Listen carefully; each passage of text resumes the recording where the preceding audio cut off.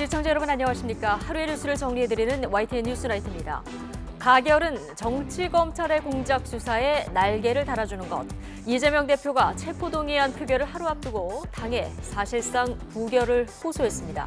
석 달 전 교섭단체 대표연설에서 불체포 특권을 포기하겠다고 했는데 왜 입장이 달라진 건지, 오늘 이 대표의 이 메시지가 내일 표결에는 어떤 방향으로 영향을 미칠지 분석해 보겠습니다. 국민의힘 김기현 대표 영입 1호로 알려진 조정훈 시대전환 대표, 중도 확장을 위한 포석으로 바람직하다는 여권의 반응도 나오지만 공천을 둘러싸고 벌써부터 당내 미묘한 신경전도 감지됩니다. 자, 나이트 포커스에서 함께 다뤄보겠습니다. 수요일 뉴스나이트 오늘의 헤드라인부터 보시겠습니다.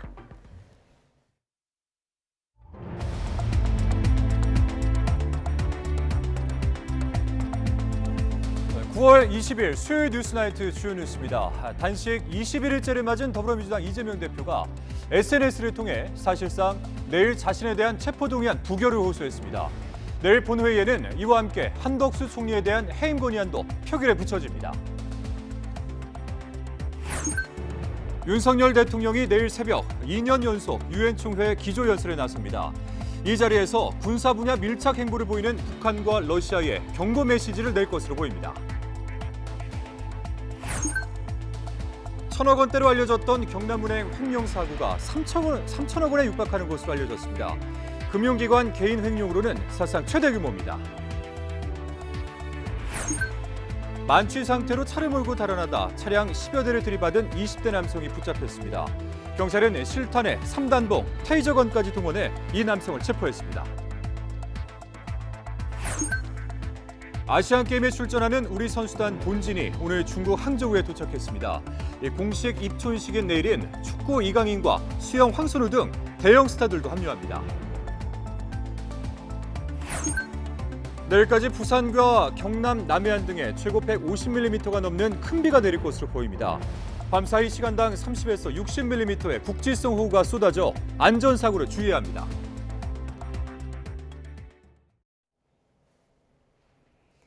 더불어민주당 이재명 대표에 대한 체포동의안과 한덕수 국무총리 해임 건의안이 동시에 국회 본회의에 보고됐습니다. 내일 오후 본회의에서 나란히 표결 절차를 밟을 예정인데 결과에 따라서 정치적 후폭풍이 불가피해 보입니다. 박광열 기자의 보도입니다. 미국 출장 중인 윤석열 대통령이 재가한 다음 날 민주당 이재명 대표 체포동의안이 관련법에 따라 국회 본회의에 바로 보고됐습니다. 민주당이 당론으로 추진한 한덕수 국무총리 해임 건의안도 함께 이름을 올렸습니다. 9월 18일 박광원 의원 등 168인으로부터 국무총리 한덕수 해임 건의안이 발의되었습니다. 9월 19일 정부로부터 국회의원 이재명 체포동의안이 제출되었습니다. 보고 뒤 24시간 이후 72시간 이내 처리해야 한다는 규정에 따라 두 안건은 내일 오후 국회 본회의에서 나란히 표결이 진행될 것으로 보입니다. 과반 의석을 점한 민주당이 당 차원에서 추진하는 만큼 한 총리 해임 건의안은 국회 문턱을 넘을 가능성이 큽니다. 최근 의원직을 상실한 최강욱 의원 변수를 빼더라도 민주당은 단독으로 가결 요건을 충족할 수 있기 때문입니다. 다만 해임 건의안이 통과되더라도 실현 여부는 결국 대통령의 판단에 달린 만큼 민주당은 선제적으로 견제구를 날렸습니다. 국정쇄신의 일환으로 제기된 총리 해임안 건의에 대해 묻지도 따지지도 않고 거부부터 하겠다니 이것이 국회와 국민을 무시하는 것이 아니면 무엇입니까? 이재명 대표 체포동의안의 결론은 여전히 안개 속입니다. 재적의원 과반 출석과 출석의원 과반, 즉 149명 이상의 찬성이 통과 조건이지만 열쇠를 쥔 민주당 의원들의 표심을 단정하는 게 쉽지 않습니다. 병상단식을 이어가는 이 대표에 대한 동정론이 부각되고 있지만 무기명 투표라는 변수를 무시할 수 없는 겁니다. 연일 체포한 가결을 주장하는 국민의힘이 민주당을 공개적으로 압박하는 이유입니다.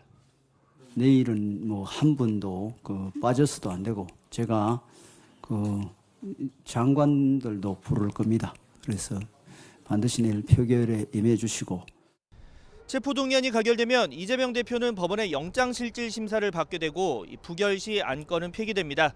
제1야당 대표와 내각 수반의 거취를 다루는 헌정사 초유의 표대결에 어떤 결론이 나오든 전국에 미치는 파장은 클 수밖에 없다는 전망이 우세합니다. YTN 박광열입니다. 체포동의안 표결을 하루 앞두고 민주당 의원들의 고심이 깊어지는 가운데 당사자인 이재명 대표가 사실상 공개적으로 부결을 호소했습니다. 가결은 공작 수사에 날개를 달아줄 것이라고 주장했는데요. 국민의힘은 무죄는 법정에서 증명하라고 강하게 비판했습니다. 이준엽 기자입니다. 단식 중인 민주당 이재명 대표가 건강 악화로 병원에 이송된 이후 처음으로 SNS에 글을 올렸습니다. 검찰의 구속영장 청구에 대한 입장을 공개적으로 밝힌 겁니다. 이 대표는 체포동의안 가결은 정치검찰의 공작 수사에 날개를 달아줄 것이라며 검찰 독재의 폭주기관차를 멈춰 세워달라고 촉구했습니다. 표결할 필요 없이 영장을 청구할 기회를 여러 차례 줬는데도 검찰이 거부한 건 명백한 정치보복이라고 주장했습니다.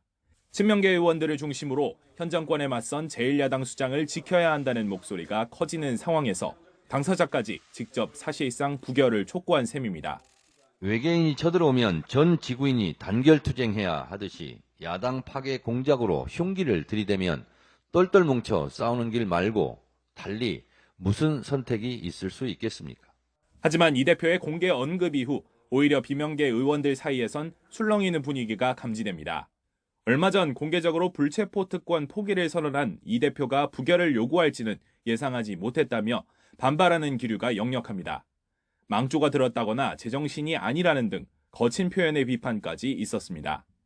20일 넘게 곡기를 끄는 당대표에 대한 동정론이 퍼진 상황에서 오히려 역효과를 불러온 것 아니냐는 분석까지 제기되고 있습니다. 국민의힘은 이 틈을 파고들어 이재명 대표가 자신이 공언한 약속을 뒤집은 거라고 맹공을 퍼부었습니다. 검찰의 영장 청구가 황당무계하다면 법원에서 당연히 기각할 거라며 무죄는 법정에서 증명하라고 날을 세웠습니다. 지난 6월 이재명 대표가 국민들 앞에서 불체포 특권 포기하겠다고 호기롭게 외치던 그 말은 거짓임이 드러났습니다. 가결이 유력시되는 총리 해임 건의안에 대해서도 민주당이 개인 비리 혐의 수사를 받는 당대표를 지키기 위해 국정에 발목을 잡고 있다고 발끈했습니다. 체포동의안 표결을 목전에 두고 던진 이재명 대표의 메시지는 단식에 이어 또 다른 정치적 승부수란 분석도 나오고 있습니다. 병상단식 중인 이 대표의 메시지가 체포안 표결에 어떤 영향을 줄지 정치권의 시선이 쏠려 있습니다. YTN 이준엽입니다. 더불어민주당 지도부는 이재명 대표에 대한 체포동의안을 국회 본회의에서 부결하는 게 적절하다는 최고위 논의사항을 소속 의원들에게 전달했습니다. 이소영 원내대변인은 오늘 오후 국회에서 2시간 반에 걸친 의원총회를 마친 뒤 기자들과 만나 부결을 당론으로 정하지는 않기로 했지만 각각의 의원이 최고위원 논의를 고려해서 결정해 줄 걸 요청했다고 설명했습니다. 이 대변인은 또 이에 대해서 30명 정도의 의원들이 지도부 요청에 공감하거나 공감하지 않는 등의 의견을 개진했다며 어떤 결론이나 합의 없이 경청하는 시간을 가졌다고 덧붙였습니다. 윤석열 대통령이 내일 새벽 3시쯤 2년 연속 유엔 총회 기조연설에 나섭니다. 최근 정상회담을 통해 군사협력을 논의한 북한과 러시아에 경고를 달리고 또 국제사회에 대한 기여 의지도 밝힐 예정인데요. 유엔 총회가 열리는 미국 뉴욕 취재기자 연결해서 자세한 소식 들어보겠습니다. 조은지 기자. 네, 미국 뉴욕입니다. 네, 이 기조연설이 이번 뉴욕 출장의 핵심이자 또 하이라이트라고 할 수 있을 텐데요. 윤석열 대통령이 어떤 메시지를 던질지 혹시 관측된 내용이 있습니까? 네, 지난주 북한과 러시아가 정상회담을 진행하는 등 노골적인 밀착 행보를 보인 직후라서 관련해서 어떤 수위의 언급이 나올지가 가장 주목됩니다. 윤 대통령은 뉴욕에 오기 직전 외신 인터뷰를 통해 북러 군사협력은 북한과 무기 거래를 금지한 유엔 안보리 결의안 위반이며 불법적이고 정의롭지 못하다. 국제사회가 더 결속할 거라고 미리 경고도 했습니다. 북러 회담이 열리기 직전이던 2주 전 동아시아 정상회의 때는 러시아 면전에서 모든 유엔 회원국은 안보리 제재 결의를 준수해야 하며 특히 결의안을 채택한 당사자인 안보리 상임이사국 책임은 더 무겁다고 지적하기도 했습니다. 비슷한 수준에서 윤 대통령이 북러 밀착 행보를 선명하게 때리고 국제사회 집단 행동도 촉구하지 않을까 예상되는데요. 대통령실은 우리나라가 2024-2025년 임기에 유엔 안보리 비상임 이사국으로서 국제 평화와 안보에서 원칙을 가지고 책임 있게 행동하겠다는 뜻을 밝힐 예정이라고 말했습니다. 직접 들어보겠습니다. 러시아, 북한 간의 군사 거래의 불법성과 위험성에 대해 국제사회의 주의를 환기하고 국제사회의 단합단 대응을 촉구할 예정입니다. 대통령실 고위 관계자는 북러 정상회담이 열리기 몇 달 전부터 군사 거래가 이루어진다는 걸 지켜봤다면서 안보리 결의 위반을 확신했고요. 이를 실효적으로 제재할 수 있는 행동이 무엇인지 동맹과 우방국을 중심으로 협의를 진행하고 있다고 설명했습니다. 윤 대통령은 이번 연설에서 개발과 기후, 디지털 등 세 가지 분야 글로벌 격차 해소를 위해 우리나라가 적극 기여하겠다는 의지를 밝히고 동시에 2030년 세계 박람회 개최 후보지로서 부산이 가진 장점도 부각할 계획입니다. 윤 대통령은 내일 새벽 3시쯤 라트비아 대통령에 이은 18번째 순서로 단상에 올라 15분 정도 한국어로 연설할 예정이고요. YTN은 이 장면을 생중계합니다. 네, 유엔 총회 출장의 다른 한 축이 2030년 부산 세계박람회 유치를 위한 막판 총력전일 텐데요. 관련해서 오늘도 이 양자회담이 이어지는 거죠? 네, 대통령실이 이번 유엔 무대는 엑스포 총력전이다. 뉴욕을 엑스포를 위한 베이스 캠프로 삼고 최전선에서 동분서주하고 있다. 이렇게 표현을 했는데요. 193개 나라 정상이 찾는 유엔 총회 무대에서 윤 대통령은 나를 회담 머신으로 생각해 달라면서 적극적으로 다른 나라와 접촉에 나서고 있습니다. 뉴욕 도착 후 이틀 동안 윤 대통령은 17개 나라를 만났고 뉴욕을 떠나기 전까지 40명 이상의 정상들과 직접 대면 접촉할 예정입니다. 대통령실이 언급했던 기네스북 등재를 진지하게 고려할 만한 최단 시간, 최다 정상회담 속도임은 분명해 보입니다. 부산 이즈 레디 열쇠고리를 달고 다니는 부인 김건희 여사도 뉴욕 현지에서 외신 기자를 상대로 독자적인 홍보전에 나섰습니다. 해양도시 부산은 한국 경제의 탯줄이자 어머니 같은 도시라면서 부산의 역사와 매력도 직접 소개했습니다. 페어에서 일어나 최고의 디지털 첨단 산업을 키운 우리의 경험을 국제사회와 함께 나눔으로써 우리가 어려울 때 받은 도움을 돌려드리고 싶습니다. 네, 윤 대통령은 뉴욕 도착 사흘째인 이곳 날짜 20일에도 유엔 총회 기조연설을 전후해 그리스와 스위스, 키르기스탄과 모리타니아 등 10개 가까운 나라와 정상회담할 예정입니다. 대통령실은 외교가 경제고 경제가 외교라면서 수출과 해외 진출, 투자 유치 등 우리 국민과 기업이 뛸 수 있는 운동장을 넓히기 위해 대한민국 1호 영업사원은 분초를 다투며 뛸 거라고 강조했습니다. 지금까지 뉴욕에서 YTN 조은지입니다. 북한 매체가 김정은 국무위원장의 귀국 하루 만에 러시아 방문 기록 영화를 공개하며 박러 성과를 대대적으로 선전하고 나섰습니다. 우리 정부는 북러 정상 만남 몇 달 전부터 군사 거래를 포착하고 있었다며 유엔 안보리 제재 결의를 준수하라고 다시 한번 촉구했습니다. 신현준 기자의 보도입니다. 북한 조선중앙TV가 공개한 김정은 국무위원장의 러시아 방문 기록 영화입니다.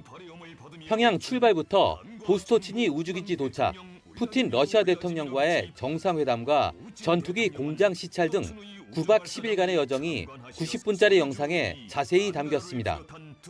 주로 북러 친선 관계를 부각하고 박러 성과를 강조하는 내용입니다. 인류의 자주성과 진보, 평화로운 삶을 침탈하려는 제국주의자들의 군사적 위협과 도발, 강권과 전횡을 짓부시기 위한 공동전선에서 두 나라 사이의 전략 전술적 협동을 더욱 긴밀히 하고 특히 김 위원장과 푸틴 대통령이 가까이 대화하는 장면이 자주 등장하는데 북한 주민에게 두 나라 정상의 친밀도를 강조하려는 의도로 풀이됩니다. 하지만 우리 정부는 북한과 러시아의 밀착이 군사 거래를 위한 것으로 판단하고 있습니다. 러시아는 우크라이나 전쟁에 필요한 재래식 포탄을 얻고 북한은 위성과 전투기 등 고급 군사 기술을 넘겨받으려 한다는 겁니다. 이와 관련해 대통령실 고위 관계자는 북러 정상 만남이 있기 몇 달 전부터 군사 거래가 이뤄지고 있다는 것을 지켜보고 있었다고 말했습니다. 또 러시아는 불법적인 행동을 했으니 만무하다고 했지만 미국 대통령도 이를 받아들일 수 없다고 얘기했다고 강조했습니다. 앞서 우리 정부는 안드레이 쿨릭 주한 러시아 대사를 불러 북한과의 군사협력 움직임을 즉각 중단하라고 촉구했지만 러시아 대사는 근거 없는 추측이라고 답한 것으로 전해졌습니다. 정부는 그러나 김 위원장의 방러 일정이 우주와 군사, 군수시설 시찰에 집중된 만큼 안보리 대북 제재 결의를 위반했을 가능성이 크다며 제재 등 대응 방안을 우방국들과 협의하고 있습니다. YTN 신현주입니다. 러시아는 가능한 모든 분야에서 북한과 협력할 것이라고 크렘린궁이 오늘 밝혔습니다. 타스 통신에 따르면 크렘린궁 대변인은 김정은 국무위원장의 러시아 방문 결과에 대해서 북한은 우리의 이웃이라며 이같이 말했습니다. 드미트리 페스코프 대변인은 가능한 모든 분야에서 북한과의 관계를 발전시킬 계획이라면서 김 위원장의 이번 방문에서는 많은 일이 일어났다. 푸틴 대통령이 김 위원장의 극동 방문과 관련한 자세한 내용을 보고받았다라고 밝혔습니다. 이틀째 열린 이균용 대법원장 후보자 인사청문회에서는 재산 신고 누락 의혹 등에 이어서 역사관 검증이 이어졌습니다. 위안부가 자발적 매춘이었다는 극우적 주장이나 건국절 논란에 대한 견해를 두고 공방이 벌어졌는데 이 후보자의 해명에도 인준 여부는 여전히 불투명한 상황입니다. 나혜인 기자입니다. 이균용 대법원장 후보자의 역사관은 청문회 첫날부터 도마 위에 올랐습니다. 특히 일본군 위안부 피해가 자발적 매춘이었다는 극우적 주장을 어떻게 생각하느냐는 질문에 명확한 답변을 하지 않아 논란이 됐습니다. 자발적으로 매춘을 한 사람들이 위안부다라고 또 그 경희대 철학과 최모 교수가 얘기했습니다. 어떻게 생각하십니까? 또 제가 정확하게 잘 모르는 부분. 그렇게 별도로 위안부 이런 문제에 대해서 실제로 사건도 처리해 본 적이 없고. 이 후보자는 파장이 일자 별도 입장문을 내고 답변을 회피한 게 아니라 그런 주장을 한 교수의 발언 내용을 모른다는 뜻이었다고 해명했습니다. 나라를 잃은 비극으로 엄청난 희생을 당한 분들을 늘 안타깝게 생각한다고 강조했지만 야당은 지도부까지 나서 맹공을 퍼부었습니다. 앞으로 대한민국 공직 후보자 인사검증 기준에 대한민국의 정통성과 역사의식을 1순위로 포함시켜야 할 지경까지 이르렀습니다. 앞서 서면 답변을 통해 우리나라 건국일을 1948년 8월 15일이라고 밝힌 것을 두고도 임시정부 부정이라고 질타했습니다. 진땀을 뺀 이 후보자는 겸허하게 받아들이겠다며 자세를 낮췄습니다. 도대체 이 교과서 어느 대목에 건국이라는 말이 있습니까? 건국이라는 말 한마디도 없어요. 정부 수립이죠. 도대체 어느 나라 교과서로 공부하셨어요? 지적하신 부분을 겸허하게 수용하겠습니다. 여당은 임시정부 정통성을 존중한다는 이 후보자 해명에 힘을 실으며 법률가에게 요구하는 역사적 잣대가 지나치다고 엄호했습니다. 역사관하고 법률가로서 법원에서 재판하는 분이 법률적 잣대에 따라서 어떤 사건을 다룰 때하고는 다소간의 차이가 있을 수밖에 없다고 생각합니다. 대법원장 후보자에게 중요한 건 사법의 정치화를 막고 독립을 지켜낼 의지라며 이 후보자가 적임자라고 추켜 세웠습니다. 지난 6년간 법원은 그 어떤 때보다도 편향된 판결과 정치적 판결이 가장 많았다고 생각하고 법원의 정치화는 그 어느 때보다 심각해졌다고 생각합니다. 이틀간 인사청문회를 거친 이 후보자 인준 절차는 청문 보고서 채택을 거쳐 국회의 임명 동의를 받아야 마무리됩니다. 김명수 대법원장의 임기가 오는 24일로 끝나는 만큼 25일 본회의를 열어 임명 동의안 표결을 거치는 방안이 거론되지만 여야의 극한 대치 정국은 끝까지 변수로 남을 전망입니다. YTN 나힌입니다. 국민의힘이 문재인 정부 시절 고위 관료와 더불어민주당 출신 전직 지방자치단체장 등 외부 인사를 영입했습니다. 김기현 대표는 오늘 국회에서 김현준 전 국세청장과 조강한 전 남양주시장, 고기철 전 제주경찰청장 등 영입 인사 5명에 대한 입당 환영식을 열었습니다. 김 대표는 이 자리에서 천군만마를 얻은 느낌이라며 각계각층의 인재들이 모이는 건 지속적으로 국민 사랑을 받는 집권당으로 성장할 수 있다는 중요한 증거라고 말했습니다.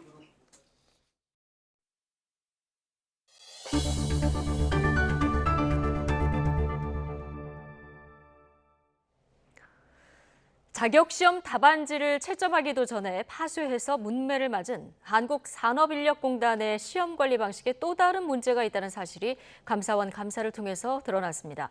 직원 가족들에게 시험 감독을 맡겨서 수당을 챙겨주는 방식으로 최대 1억까지 받은 직원도 있는 것으로 나타났습니다. 정현우 기자입니다. 한국산업인력공단은 지난 4월 국가기술자격 시험 답안지 600여 장을 채점 전에 파쇄하는 엉터리 시험 관리로 공분을 샀습니다. 이사장이 직접 고개를 숙이고 사퇴했지만 최근 3년 사이 답안지 분실이 최소 7번 있었다는 사실이 드러나 비판은 더욱 커졌습니다. 국가 자격의 공정성과 신뢰성을 담보해야 할 공공기관으로서 있을 수 없는 일이 발생한 점에 무거운 책임감을 느끼며 여기에 더해 이번 감사원 감사에선 직원들의 부당이득 논란까지 새로 불거졌습니다. 시험 감독과 채점 관리를 위한 인력을 모집해 평균 24만 원씩 지급하는데 이때 직원 가족을 우선으로 배치했다는 겁니다. 지난 2018년부터 4년 동안 배우자 등 직원 가족 373명이 평균 90회씩 시험위원으로 위촉돼 총 40억 원 넘게 타간 것으로 나타났습니다. 한 배우자는 시험위원 업무를 400번 넘게 맡아 1억 원 넘게 챙겼는데 미성년자 자녀가 시험을 관리한 경우도 발견됐습니다. 감사에서 확인된 사실은 이뿐만이 아닙니다. 감사원은 공단 이사장이 전용 차량을 서울 자택 근처 지사에 배치하고 출퇴근 등에 쓴 사실을 확인했다고 밝혔습니다. 그러면서 울산에 있는 본사에선 직원들의 공용 차량 한 대를 본인 전용차로 추가 지정해 사택을 오갈 때 사용했다고 전했습니다. 감사원은 공단 측이 이번 감사 결과에 대한 수용 의사를 밝혔다고 설명했습니다. 직원 배우자를 시험위원회에 위촉할 수 있게 하는 규정을 지우고 시험위원 순번제를 실시해 시험관리의 공신력을 높이기 위해 노력하겠다는 답을 받았다는 겁니다. 하지만 거듭해서 불거진 논란에 공단 자체 차원을 넘어선 근본적인 대책이 필요하다는 목소리는 계속 나올 것으로 보입니다. YTN 정현우입니다. 정의기억연대 후원금을 빼돌려 쓴 혐의 등으로 재판에 넘겨진 무소속 윤미향 의원이 2심에서 징역형의 집행유예를 선고받았습니다.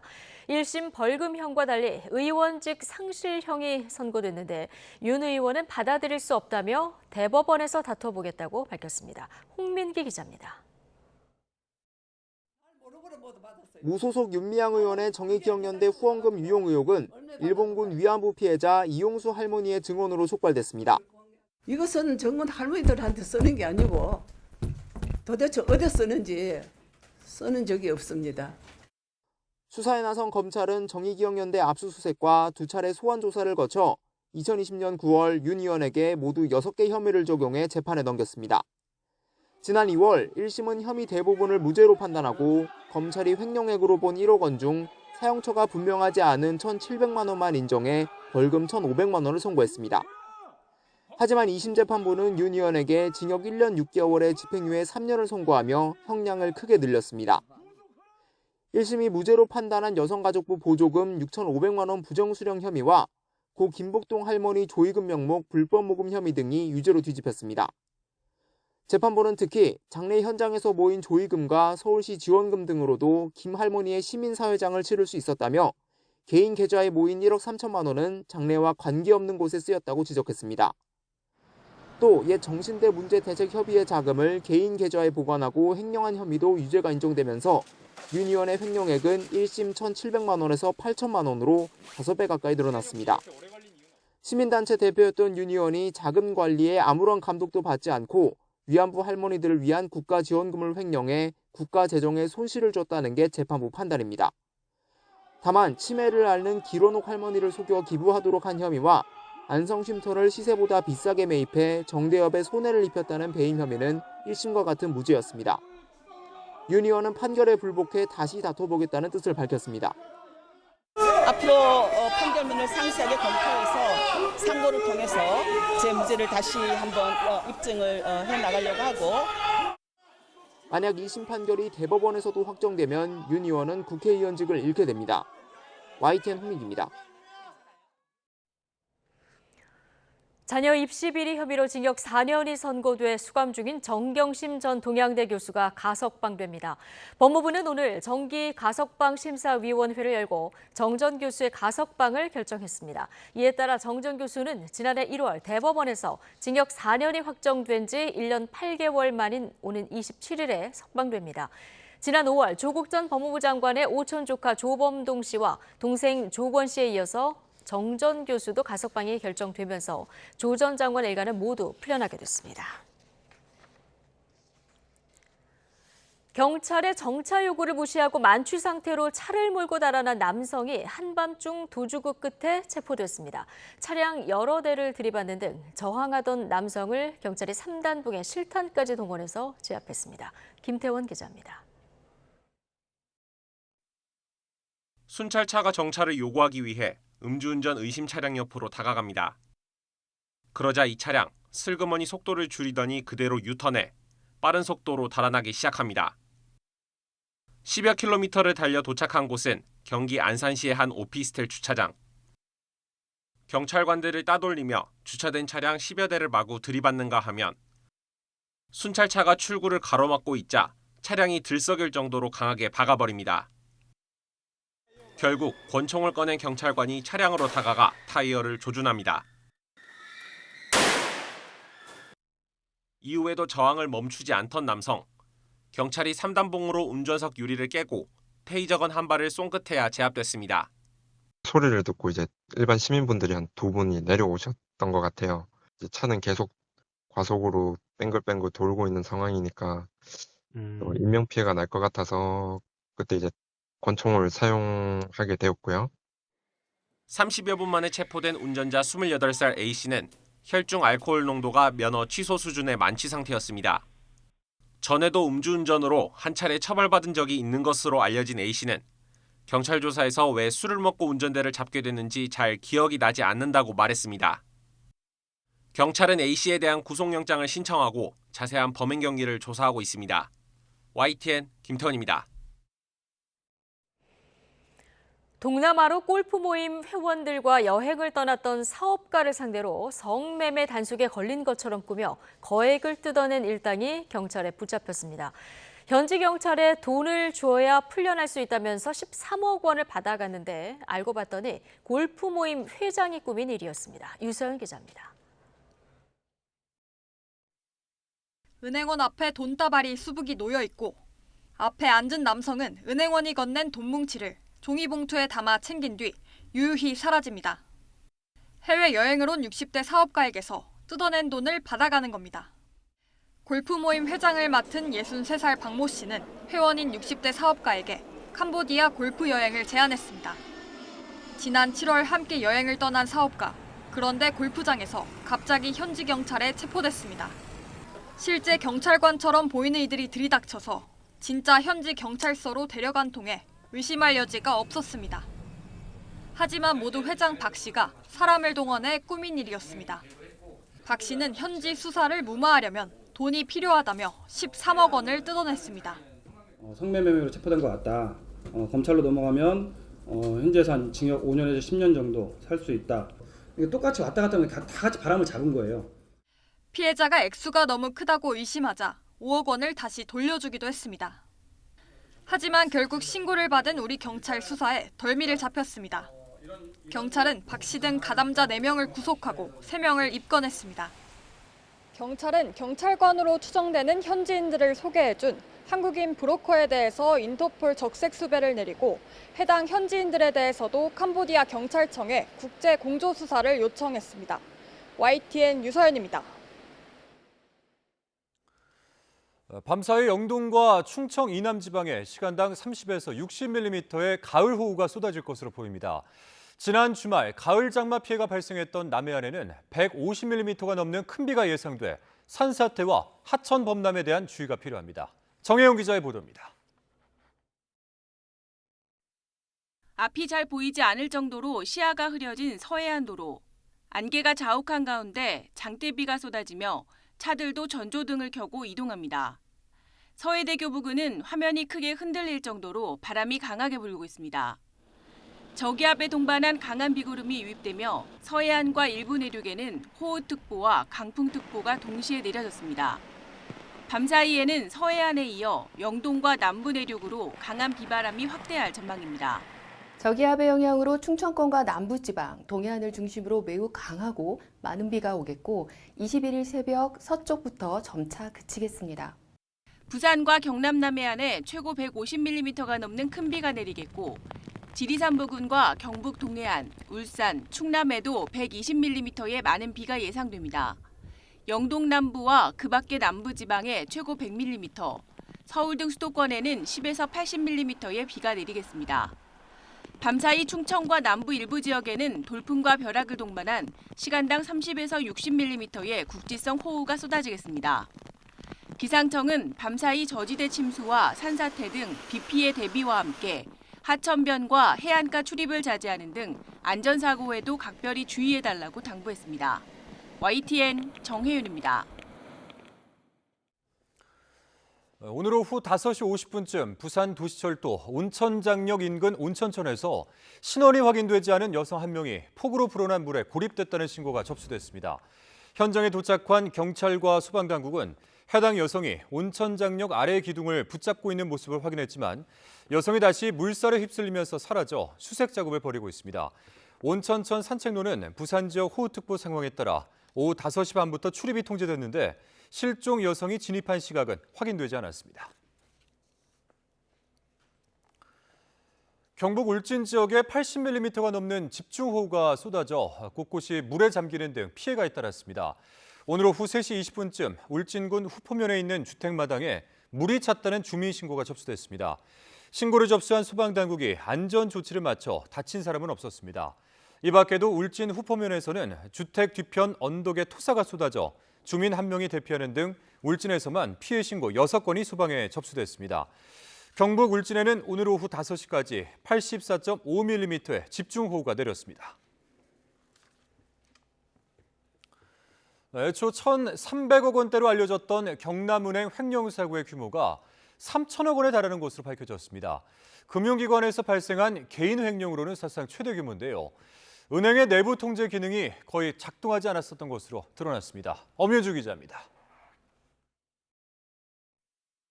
앞서 지난 8일 검찰은 1,300억 원대 회사 돈을 빼돌린 혐의로 경남은행 투자금융부장 이모 씨를 구속 상태로 재판에 넘겼습니다. 하지만 금감원이 긴급 현장 검사를 벌인 결과 횡령 액수는 이보다 2배 이상 많았습니다. 이 씨 본인이 관리하던 17개 PF 사업장에서 이른바 돌려막기를 한 금액까지 포함해 총 2,988억 원을 빼돌린 겁니다. 이 가운데 은행에 순손실을 입힌 금액은 595억 원으로 집계됐습니다. 금융기관에서 발생한 개인 횡령으로 사상 최대 규모입니다. 금감원은 BNK 금융지주와 경남은행의 미흡한 내부 통제가 원인이라고 밝혔습니다. 실제로 BNK 금융지주는 경남은행의 내부 통제와 관련해 서면 점검만 할 뿐 고위험 업무인 PF 대출 취급과 관리에 대해서는 점검을 한 차례도 하지 않은 것으로 드러났습니다. 또 지난 4월 이번 금융사고 정황을 인지하고도 자체 조사가 필요하다는 이유로 금융당국에 지연 보고한 데다 초기 대응도 부실했습니다. 이 씨가 근무했던 경남은행도 마찬가지였습니다. 대출금을 지급할 때 약정서에 명시된 계좌를 통해서만 지급되도록 통지하는 절차는 없었고 대출 상환 시 업무 처리 절차도 규정하지 않았습니다.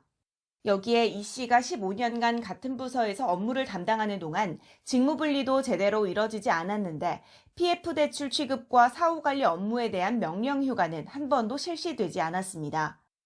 금융사의 느슨한 내부 통제가 사고를 더 키운 건데 금감원도 책임 소재에서 벗어나기 힘들다는 지적이 나옵니다. 사실은 저희가 옛날 기준으로 은행이 운영되고 감독 당국에서도 조금 더 기준을 높이 운영하지 못한 잘못이 있다고 저희 내부적으로도 반성을 하고 있고. 금감원은 현장 검사가 마무리되는 대로 수사당국과 관련 내용을 공유하고 검사 결과 확인된 임직원 등의 위법 부당 행위에 대해서는 엄정 조치할 방침입니다. YTN 엄인주입니다. 항저우 아시안게임에 출전한 우리나라 선수단 본진이 결전지 중국 항저우에 도착을 했습니다. 금메달 50개, 종합순위 3위를 향한 본격적인 여정이 시작됐습니다. 항저우 현지에서 허재원 기자가 전해드립니다. 태극기를 앞세운 우리 선수단 본진이 항저우 국제공항 입국장으로 들어섭니다. 현지 교민들의 열렬한 환영을 받으며 아시안게임을 향한 각오를 되새깁니다. 이렇게 많은 분들이 반갑게 맞이해 주시고 감사합니다. 많이 응원을 해 주시고 끝까지 대한민국을 외쳐주셨으면 좋겠습니다. 경기 일정에 따라 각 종목 선수단이 순서대로 도착하고 있는 가운데 이날 본진에는 테니스와 사격, 하키와 스케이트보드 대표팀이 입성했습니다. 2011년에 태어난 초등학교 6학년 학생 문강호는 해맑은 표정으로 다부진 각오를 밝혀 눈길을 끌었습니다. 항저우 아시안게임을 통해서 스케이트보드 종목을 대한민국에 널리 알릴 수 있으면 좋겠고 이제 준비한 만큼 최선을 다해서 좋은 성적을 냈으면 좋겠습니다. 우리나라 테니스의 간판 스타 권순우 역시 항저우 출신인 라이벌 우이빙과의 맞대결에 자신감을 나타냈습니다. 우이빙 선수가 또 항저우 도시에 태어났더라고요. 그래서 텃세가 좀 있을 것 같지만 그래도 압도적인 실력으로 경기력을 보여준다면 크게 문제는 없을 것 같아요. 본진에 앞서 항저우에 도착한 e스포츠 대표팀 역시 사상 첫 금메달을 향해 현지 적응에 돌입했습니다. 아시안게임에 저희 FC 온라인이 처음으로 정식 종목으로 채택이 되었는데 이 순간을 함께할 수 있어서 정말 영광이고요. 남은 기간 잘 준비해서 꼭 금메달을 따오도록 하겠습니다. 본진이 도착한 다음 날에는 공식 입촌식을 갖는 데 이어 축구 이강인과 수영 황선우 등 대형 스타들이 입국하며 분위기는 더욱 달아오를 것으로 기대됩니다. 우리 선수단 본진이 결전지 항저우에 입성하면서 종합 3위 수성을 위한 본격적인 여정이 시작됐습니다. 중국 항저우에서 YTN 허재원입니다.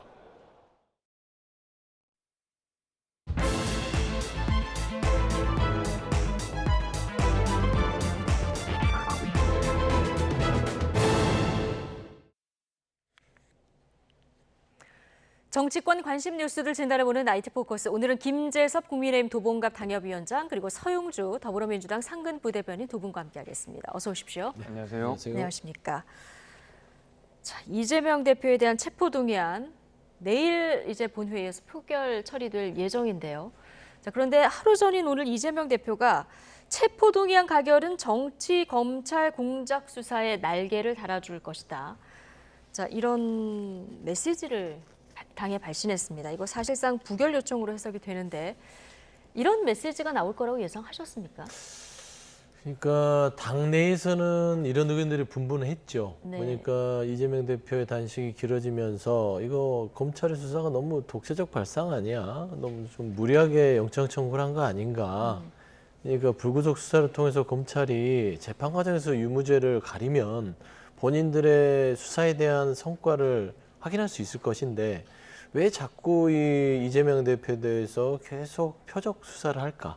그리고 왜 계속해서 국회에 특히 야당의 시험대에 올릴까? 그러니까 가결시킬 거야, 부결시킬 거야, 어떻게 할 거야라는 걸 계속 던지는 느낌이었거든요. 예. 근데 이제 그 영장 청구의 내용을 보고 나서 영장 청구의 내용이 너무나 조금 부실했다. 각 언론마다 공개된 지금 네, 영장 청구서에 기재된 단독 보도들 말씀하시는 그런 단독 보도들을 종합했을 때 그 내용들이 부실하고 도저히 이걸 가지고 굳이 구속영장까지 청구했어야 되느냐라는 측면을 봤을 때 아마 고심했던 것 같습니다. 고심하면서 이 지금 검찰의 수사 자체 그리고 지금 현재 진행되는 모든 과정들이 검찰 독재라고 규정을 할 수밖에 없었기 때문에 그 독재적 발상에 있어서 수사를 막을 수 있는 거는 어떤 국회에서 그거를 체포동의한 부분들을 이제 또 우리가 이제 행사를 해야 되지 않겠습니까? 네. 그런 부분들을 이제 결정을 하신 것 같은데요. 오죽하면 그랬을까라는 네. 생각은 있어요. 다만 국민들에게는 정치적 부담이 있을 거예요. 6월에 약속한 게 있잖아요. 네, 6월 교섭단체 연설에서 그렇죠. 가결시켜달라. 그러니까 이재명 대표는 저는 이렇게 보면 되실 것 같아요. 그런 정치적 부담이 충분히 큰 거를 알고 있음에도 불구하고 그 부담을 내가 안고서라도 지금 정치적, 검찰의 독재적 이런 수사에 대해서는 도저히 응할 수가 없다. 네. 이거는 본인이 응하게 되면 야당 전체의 모든 뚝이 무너지는 느낌이다. 라는 측면에서는 아마 그런 결정을 하지 않았을까 그런 생각이 듭니다. 자, 이재명 대표, 검찰 지금 수사는 수사가 아니라 정치를 하고 있는 것이다. 이 검찰의 올가미가 잘못된 것이라면 피할 게 아니라 이걸 부숴야 된다. 오늘 이런 메시지를 냈는데, 자, 당초 많은 분들이 예상하기로는 가결해달라 이런 메시지를 내거나 아니면 메시지를 안 내거나, 자, 이렇게 전망하시는 분들이 좀 많았는데요. 오늘 이렇게 강력한 부결을 호소하는 메시지를 낸 이유를 어떻게 보고 계십니까? 초조하기 때문이라고 생각합니다. 그 이재명 대표 굉장히 장황하게 설명을 했지만 그거를 본인의 SNS 계정에다 쓸 것이 아니라 그 영장 심사 받을 때 이야기하시면 판사들이 충분히 다 알아들을 거고, 검찰이 그 정도로 무도한 수사를 했다 그러면 판사들이 바보가 아닌 이상 영장 기각할 겁니다. 근데 왜 SNS에는 이런저런 설명들을 하시면서 판사 앞에 가서는 그런 얘기를 못 하느냐라고 했을 때, 실제로 본인의 혐의가 굉장히 위중한 혐의고 그에 대해서 빠져나갈 여지가 많지 않다. 이대로 가면 구속될 가능성이 너무 높다라는 판단을 한 것 같습니다.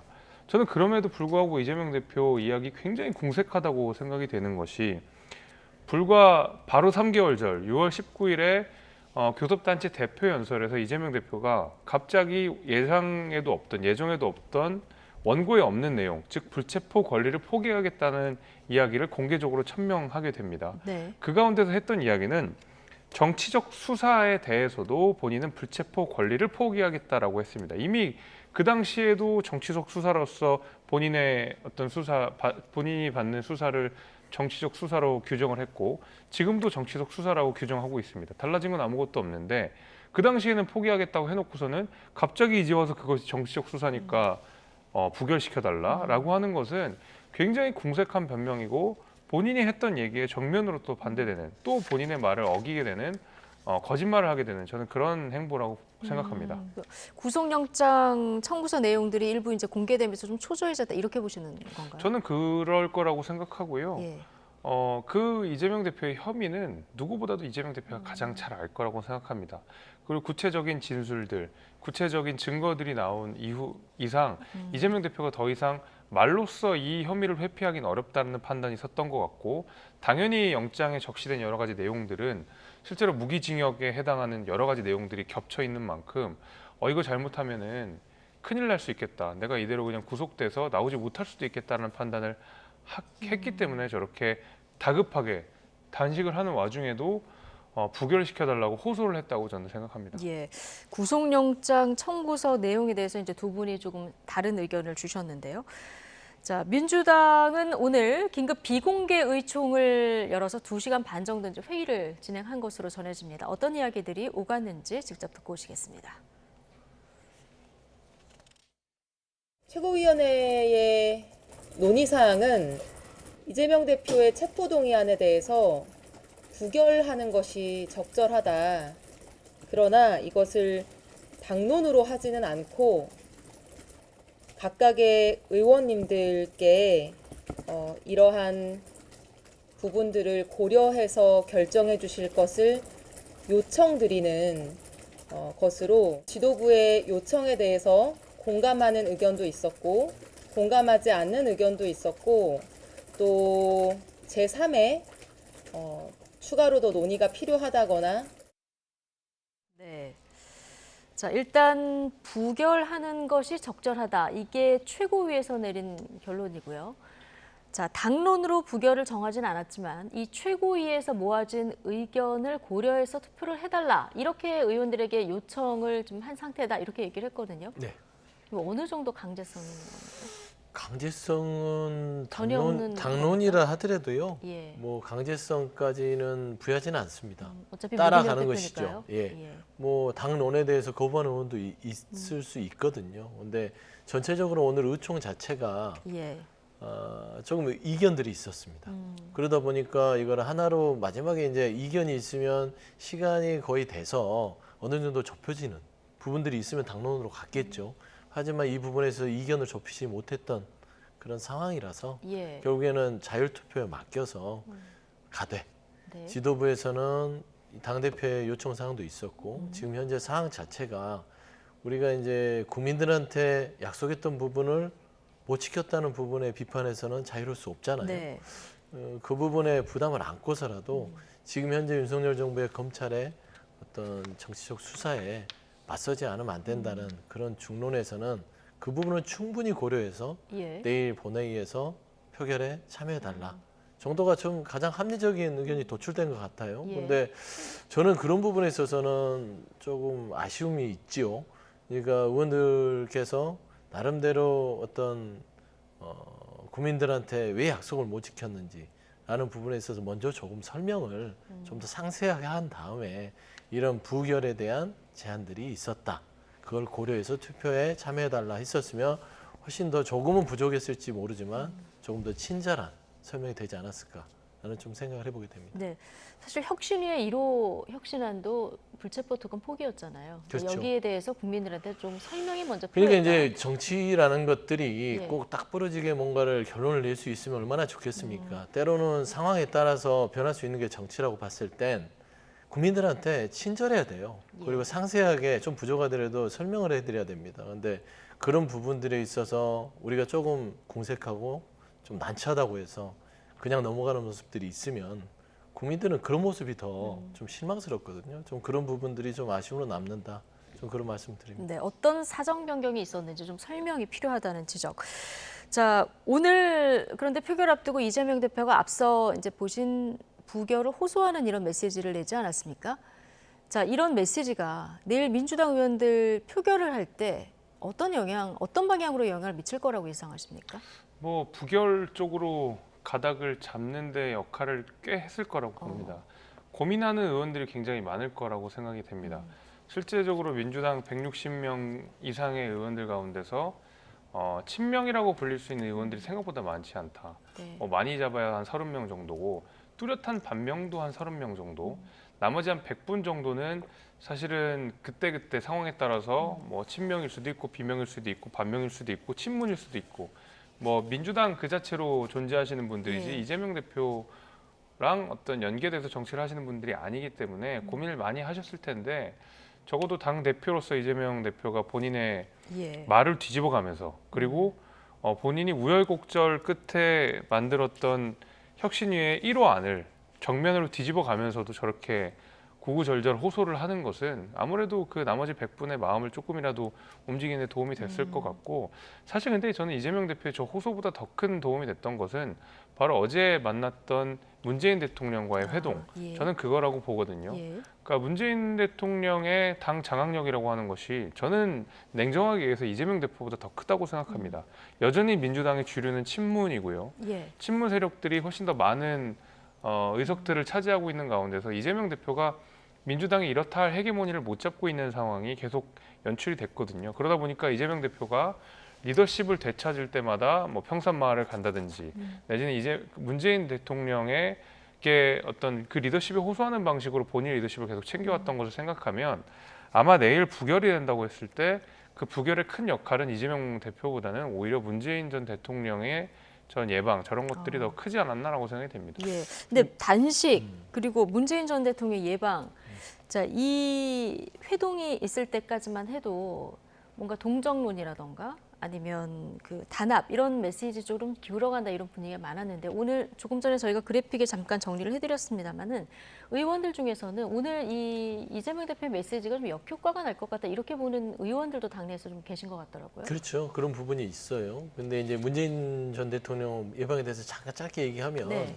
문재인 전 대통령의 방문은 크게 영향이 없었다고 저는 보는 게 맞을 것 같아요. 통상 영향이 있으려면 정치적으로 이 서울에 일정이 있어서 들리는 거는 영향이 없는 거죠. 당연히 있는데 안 들리면 이상하니까 들리는 통상적인 만남이고요. 예를 들어서 일정이 없는데 시간을 내서 문 전 대통령이 오셨으면 그거는 나름대로 정치적 영향이 있을 수 있다라고 분석하는 게 좀 합리적일 것 같고요. 말씀한 대로 이제 질문으로 돌아오면 이재명 대표의 메시지가 역효과 부분이 있지 않냐. 분명히 그런 얘기들도 있습니다. 그러니까 전체적인 기조와 흐름 속에서 야당 대표로서 단식을 하는 이유들이 여러 가지가 있겠죠. 근데 그런 부분에 있어서 현 정부에 좀 비정한 부분들이 부각되고 당내에서도 야당 대표가 저렇게 20일 넘게 단식을 이어가는데 당내 의원들이 그래도 이 대표를 어떻게 검찰의 이런 무도한 수사에 내줄 수 있느냐라는 의견들이 좀 많이 높아졌었습니다. 근데 메시지가 나오고 나서 뭔가 어떤 지시 같은 느낌, 그다음에 어떤 방향성을 제시하는 느낌 속에서 당내에서 조금 그 부결의 반대 편에 서 있던 의원들이 조금 마음을 좀 동정론에서 바꿨던 차원에서 다시 이게 뭐지? 라는 쪽으로 넘어오는 움직임이 분명히 있었다라는 네. 측면에서는 아주 미세한 역효과는 있었다고 분석하는 게 맞을 것 같은데요. 그런 측면에서 그럼 내일 한동훈 장관이 또 올 거 아닙니까? 네네. 이 메시지 수위에 따라서 또 영향이 또 있을 수도 있겠네요. 뭐 그런 여러 가지 요인들이 있겠죠. 그런데 이제 한동훈 장관의 메시지는 이제 더 이상 뭐 어떤 큰 변동 없을 것 같아요. 네. 보통 그렇잖아요. 근데 왜 또 예전에 자극을 하면 역효과가 난다. 네. 이런 당내에서 이런 얘기 하시는 근데 분도 처음에야 이제 처음 자극이지. 그 한동훈 장관의 발언이 자극이 너무 잦다 보니까 그게 자극이 자극처럼 안 느껴지고 그냥 당연히 또 와서 떠들구나. 또 뭐 뻔한 소리를 하는구나. 그 정도 수준일 것 같아요. 예. 근데 중요한 거는 지금 전체적으로 이제 흐름 중에서 왜 이렇게 윤석열 정부가 이재명 대표에 대한 영장 청구, 구속에 집착을 하지? 라는 부분에 있어서 고민은 내일 가장 큰 포인트일 것 같아요. 저는 그 부분을 보는 게 낫지 한동훈 장관이 더한 얘기를 하거나 더 격한 얘기로 자극을 하더라도 큰 뭐 변동은 없을 것이다. 저는 그렇게 보고 있습니다. 자, 재적의원 과반 출석과 출석의원 과반 찬성으로 이제 가부결이 결정이 되는 이런 상황인데요. 민주당에서 이탈표가 얼마나 나올 것 같습니까? 모르겠습니다. 그 뭐 예. 예측하기 대단히 어려운데 지금 막 카운팅을 하는 것 같더라고요. 네. 부결이 뭐 140명 정도 될 거다 뭐 이런 예. 평가도 나오고 하는데 지금 재적이 297명입니까? 8명입니까? 297명으로 알고 있습니다. 예. 최강욱 의원이 의원직 상실했고 허정숙 의원이 들어왔나요? 허정숙 들어왔습니다. 예. 내일 또 이제 박지인 의원이 없습니다. 아, 그렇군요. 국민의힘 쪽에서. 예. 자, 어쨌든 가결 정족수가 대략 한 149명 정도, 그리고 여권을 합하면 121명 정도로 이제 얘기를 하다 보니까 지금 한 27에서 8표 정도의 이탈표가 나오면 이제 가결이 될 수도 있다, 이런 전망이 나오는데요. 그러니까 아마 이재명 대표가 그렇기 때문에 예. 호소를 했던 걸로 보입니다. 과거에 이재명 대표의 체포동의안이 부결됐을 때만 봐도 굉장히 아슬아슬하게 부결이 됐잖아요. 자칫하면 몇 표만 더 나왔으면 가결이 네. 됐었던 상황이었기 때문에, 그리고 그 이후에 이재명 대표가 당대표로 민주당을 이끌어가면서 누적됐던 피로감이라든지 아니면 네. 부담감 같은 것들은 줄지 않고 더 컸기 때문에 아마 27표의 이탈표라는 게 굉장히 쉽게 생길 수도 있을 거라고 봅니다.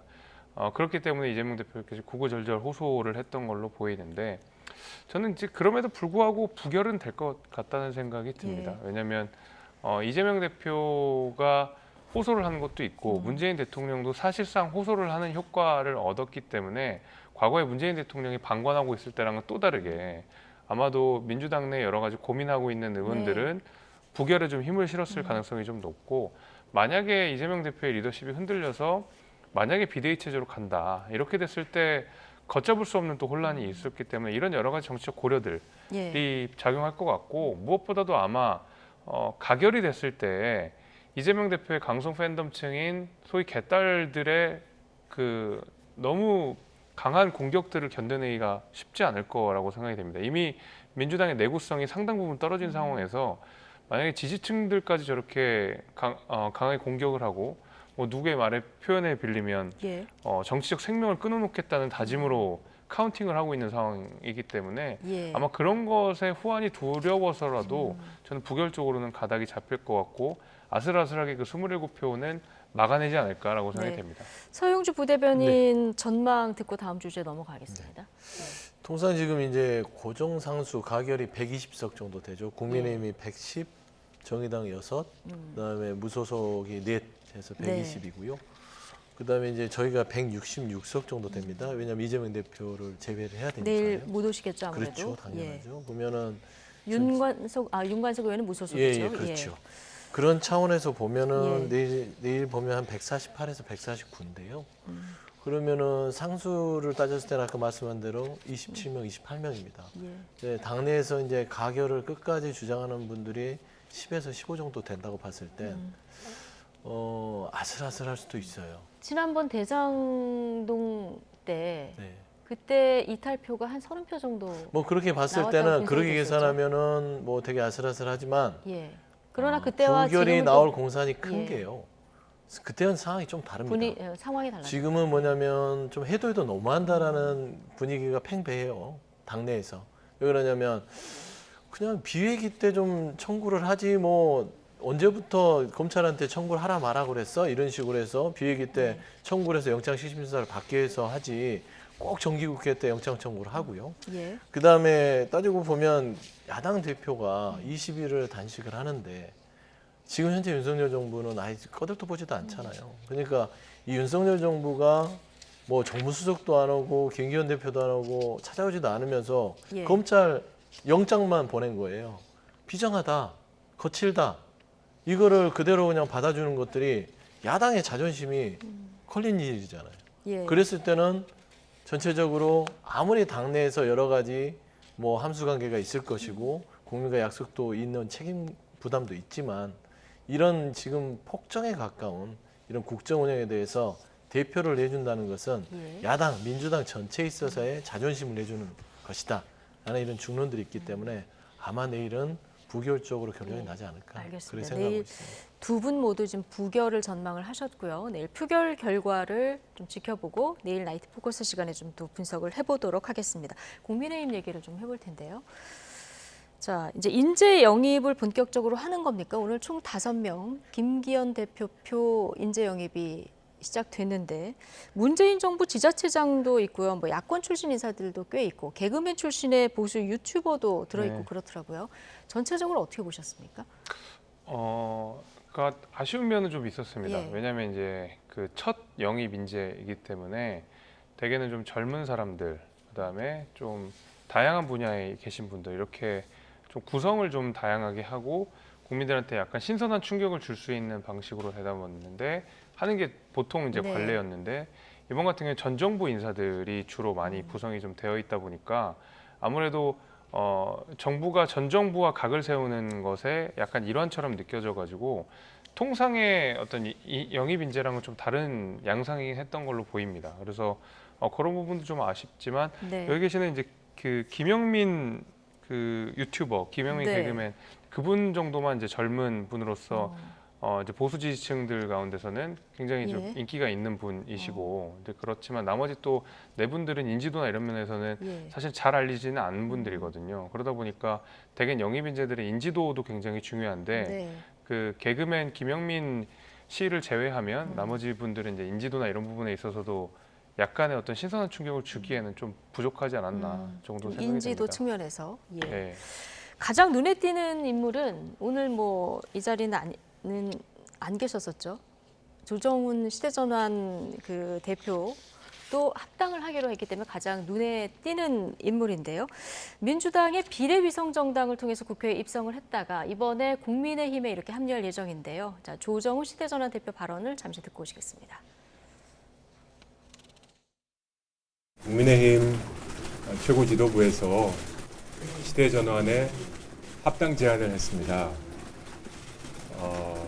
보수와 중도를 아우르는 연대체를 만들고 한다.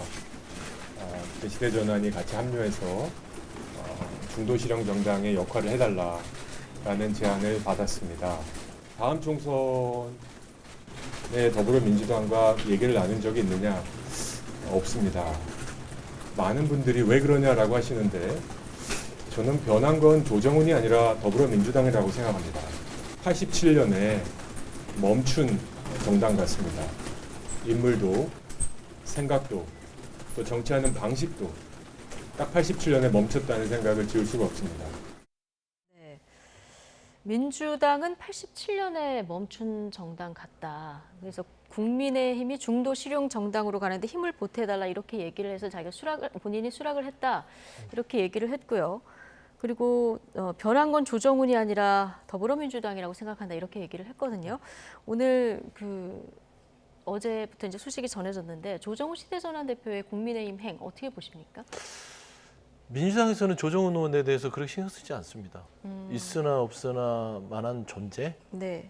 조금 박하게 얘기하면 그런 존재신데 괜히 그 민주당에서는 조정훈 의원을 신경 쓰지 않는데 본인이 민주당에 대해서 너무 신경 쓰시는 것 같아요. 질문이 있었습니다. 그러니까요. 예. 그러니까 뭐 그 본인의 저는 이득에 따라서 움직이는 정치인이지 무슨 어떤 가치나 어떤 지향점을 가지고 하시는 분은 아니에요. 예. 예를 들어서 최근에 왜 몸값이 국민의힘에서 영입 1호가 됐는지 저는 곰곰이 생각해 봤어요. 뭐 대단한 가치가 있거나 신념이 있거나 어떤 뭐 본인에 대한 몸값을 올릴 만한 것도 없는데 네. 여기 갔다 저기 갔다 하셨던 분 같은데 최근에 보면 김건희 여사 특검을 반대했던 게 눈에 띄었어요. 민주당이 얘기했던 거를 그 상임위에서 막아섰죠. 저는 아마 그게 좀 주요하지 않았냐. 국민의힘의 영입 1호로서. 그러지 않고서는 특히 저분이 가지고 있는 정치적인 업적이 뛰어나지 않는다라는 측면. 그리고 예를 들어 민주당이 집권을 했다면 과연 떠났을까요? 저는 그렇게 생각하지 않습니다. 지금 저는 조정훈 의원은 본인의 또 다른 권력의 자리를 찾아서 국민의힘을 향하는 겁니다. 그러니까 지금 마포갑 쪽에 보면 현수막이 걸려 있어요. 네. 뭐 구호가 좌도 우도 아닌 앞으로예요. 그거 거짓말이잖아요. 좌도 우도 아닌 우로 갔잖아요. 네. 근데 무슨 이준석 앞으로 가요? 전 대표도 그런 얘기. 이준석 대표의 말은 빌으면 그런 겁니다. 그러니까 결국에는 정치는요 좌든 우든 정확하게 자기 색깔이 있어야 되는데 색깔이 없이 앞으로 간다고 하는데 그것도 본인을 제대로 나타내는 자기 고백이고 심지어 그것도 그 마포 구민들한테 그리고 국민들한테 좌도 우도 아닌 앞으로 간다고 해놓고 국민을 물어갔습니다. 이런 부분에 있어서는 자리 찾아서 가는 그런 뭐 철새라기보다는 좀 유시민 작가의 말을 빌리면 뻐꾸기 같은 것이죠. 둥지를 찾으러 갔다. 김기현 대표가 이유가 있었으니까 이제 1호로 영입을 했을 테고요. 심평 변호사 같은 경우는 대단히 뭐 바람직하다 이런 평가도 내놨는데 다만 이제 당적을 좀 많이 옮긴 이런 부분 때문에 좀 명분이 부족하다 이런 지적도 당내에서 있는 것 같아요. 뭐 당적 가지고 제가 비판하고 싶지는 않고 그 차라리 좀 솔직했었으면 더 좋았을 것 같아요. 왜냐하면 조정훈 의원이 이야기한 것은 민주당이 너무 많이 변했다라고 이야기를 했거든요. 근데 글쎄요, 제가 민주당, 그러니까 조정훈 의원이 처음에 민주당 당적을 받아서 국회의원이 된 2020년과 2023년 지금과 비교했을 때 뭐가 그렇게 크게 달라졌는지 잘 모르겠거든요. 민주당을 지지하지 않는 분들, 그리고 민주당에서 지지를 철회한 분들이 민주당이 계속했던 얘기들은 내로남불 하지 마라, 미선 하지 마라, 여러 가지 뭐 유능한 경제 정책들 펴라, 부동산 실패 반성해라 이런 거였고 그거는 2020년에 민주당이나 2023년에 민주당에 똑같이 적용되는 비판입니다. 새롭게 더 비판할 내용들이 더 추가되고 더 나빠졌다고 생각하지 않거든요. 근데 조정훈 의원은 새삼스럽게 민주당을 비판하면서 국민의힘으로 온다는 게 저는 약간 납득이 안 돼요. 오히려 국민의힘 정강 정책이 더 좋다, 국민의힘에 힘을 보태고 싶다라고 이야기하면 오히려 국민의힘 입장에서도 더 받아들일 만한데 민주당이 싫어서 국민의힘이 온다라는 말 글쎄요, 저희가 듣기로는 그렇게 뭐 설득력 있는 이야기는 아니었습니다. 네, 지금 국민의힘에 들어갈 때 입당이냐 합당이냐 얘기가 있었는데 이제 조정훈 대표는 합당 형식이다 이렇게 얘기를 했습니다. 그런데 시대전환의 공동대표가 또 한 분 계시는데 그분은 지금 비판을 하고 있는 상황이라 그럼 어떻게 되는 겁니까?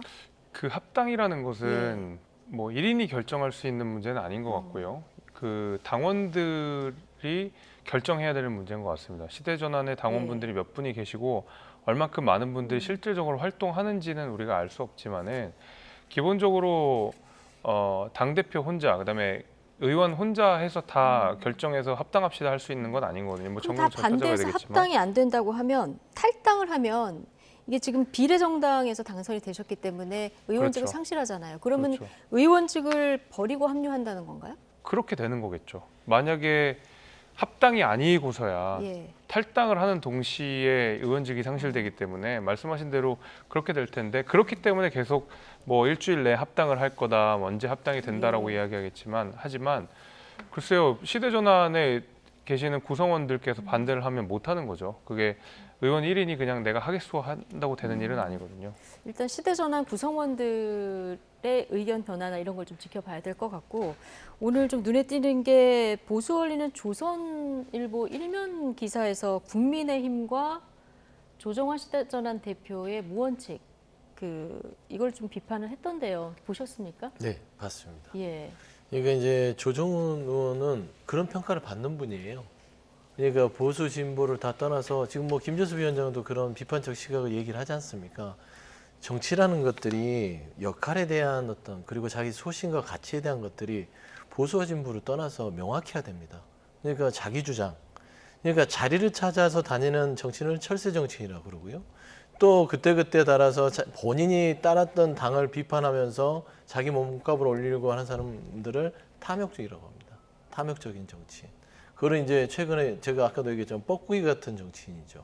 그러니까 본인은 역할이 없이 본인은 무조건 뭐를 잘하는데 자기한테 도움이 안 되면 버리고 떠나는 거예요. 그 둥지를. 그러니까 이런 정치인들의 표본이 조정훈 의원이기 때문에 저는 조선일보에서도 그런 비판을 했던 거라고 생각을 하고요. 네. 저는 조정훈 의원의 앞으로의 정치적인 평가가 오늘로써 더 이상 평가를 뭐 오르락내리락 하는 부분들이 없었으면 좋겠다라고 저는 얘기하고 싶어요. 그 정도로 그렇게 큰 어떤 정치사에서 네. 의미를 둔 분은 아닌데 그럼에도 불구하고 왜 집권여당의 김기현 대표가 용의 미로로 조정훈 의원 같은 분을 데려가서 그럼 집권여당의 수준이 이 정도인가? 라는 것을 자인했는지 좀 네. 그런 안타까움이 있다 예. 말씀드립니다. 그동안 뭐 소신 발언도 많이 하셨고 또 뭔가 보수와 중도를 아우르는 연대체를 만든다는 뭐 이런 공감대 때문에 들어간다 이렇게 말씀하셨으니까 앞으로 좀 지켜봐야 될 것 같고. 자, 앞서 잠깐 언급을 해주셨는데 마포갑 지역의 사무실을 이미 계약을 한 것으로 전해지고 있거든요. 근데 이 마포갑 지역이 어떤 지역이냐? 노웅래 의원이 4선을 그렇죠. 한 지역이고요. 그런데 최근에는 지난 대선 때 보면 윤석열 후보가 이재명 후보에서 이 마포갑 지역에 있는 모든 지역에서 또 득표율을 앞섰더라고요. 그러다 보니까 국민의힘 현역 의원들도 이곳에 좀 눈독을 들이는 곳이다 보니까 당내 신경전도 벌써 좀 있는 것 같더라고요. 예, 그렇습니다. 오늘 마침 또 비례대표 의원인 최승재 의원이 마포에서 개소식을 네. 했거든요. 그러다 보니까 굉장히 그 현역들 간의 치열한 싸움이 있는 곳이 사실입니다. 과거에 마포라고 하면은 국민의힘에 그렇게 유리한 지역은 아니었습니다만은 부동산 지형이 많이 변하면서 소위 말하는 마용성 중에 하나가 그 상징적인 곳이 바로 마포 갑지였거든요. 네. 공덕 일대를 아우르는. 예. 그렇기 때문에 상당 부분 표밭이 많이 바뀌었다 이런 평가들이 있고 말씀 주신 대로 지방선거나 대선에 있어서 좋은 결과들을 냈기 때문에 그리고 마침 또 공석이기 때문에 많이들 지원을 하고 있는 상황인데 결국에는 그 가운데서 당선 경쟁력이 저는 필요할 거라고 봅니다.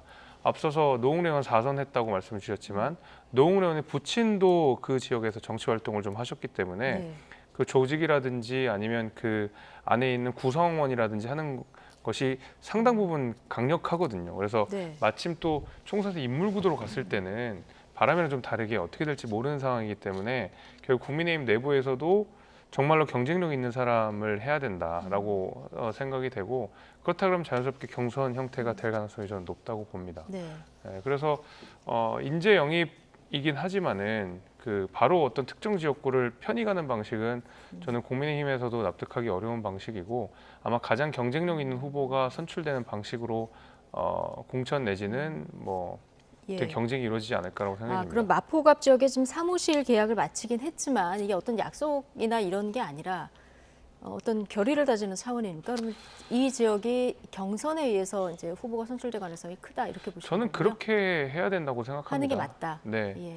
왜냐하면은 이제 수도권에서는 굉장히 공천이 너무너무 중요한 상황인데 예를 들면 특정인이 이렇게 경선도 없이 내지는 공천 최소한의 어떤 경쟁 절차도 없이 공천을 받게 되면은 그 전에 이제 털을 닦았던 분들 내지는 지역 상황을 잘 아는 분들이 역차별을 받는 경우들이 좀 차별을 받는 경우들이 생길 수 있기 때문에 아마 굉장히 신중하게 그다음에 나머지 분들이 잡음이 나지 않도록 선출하는 방식으로 갈 가능성이 높아서 저는 무조건적인 그냥 전략 공천은 최대한 지양해야 된다라고 생각이 됩니다. 네.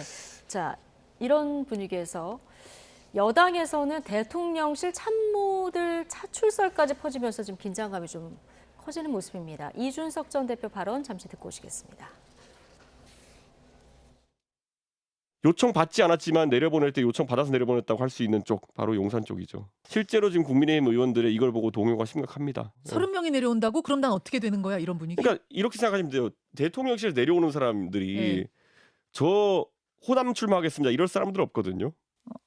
험지로 가겠다는 사람은 없어요. 영남, 강남. 아니 네. 근데 공평하게 경선으로 하겠다고 어제 유상범 의원 그러셨어요. 네. 민주당 경선 좀 제대로 하는 곳들도 있는데 네.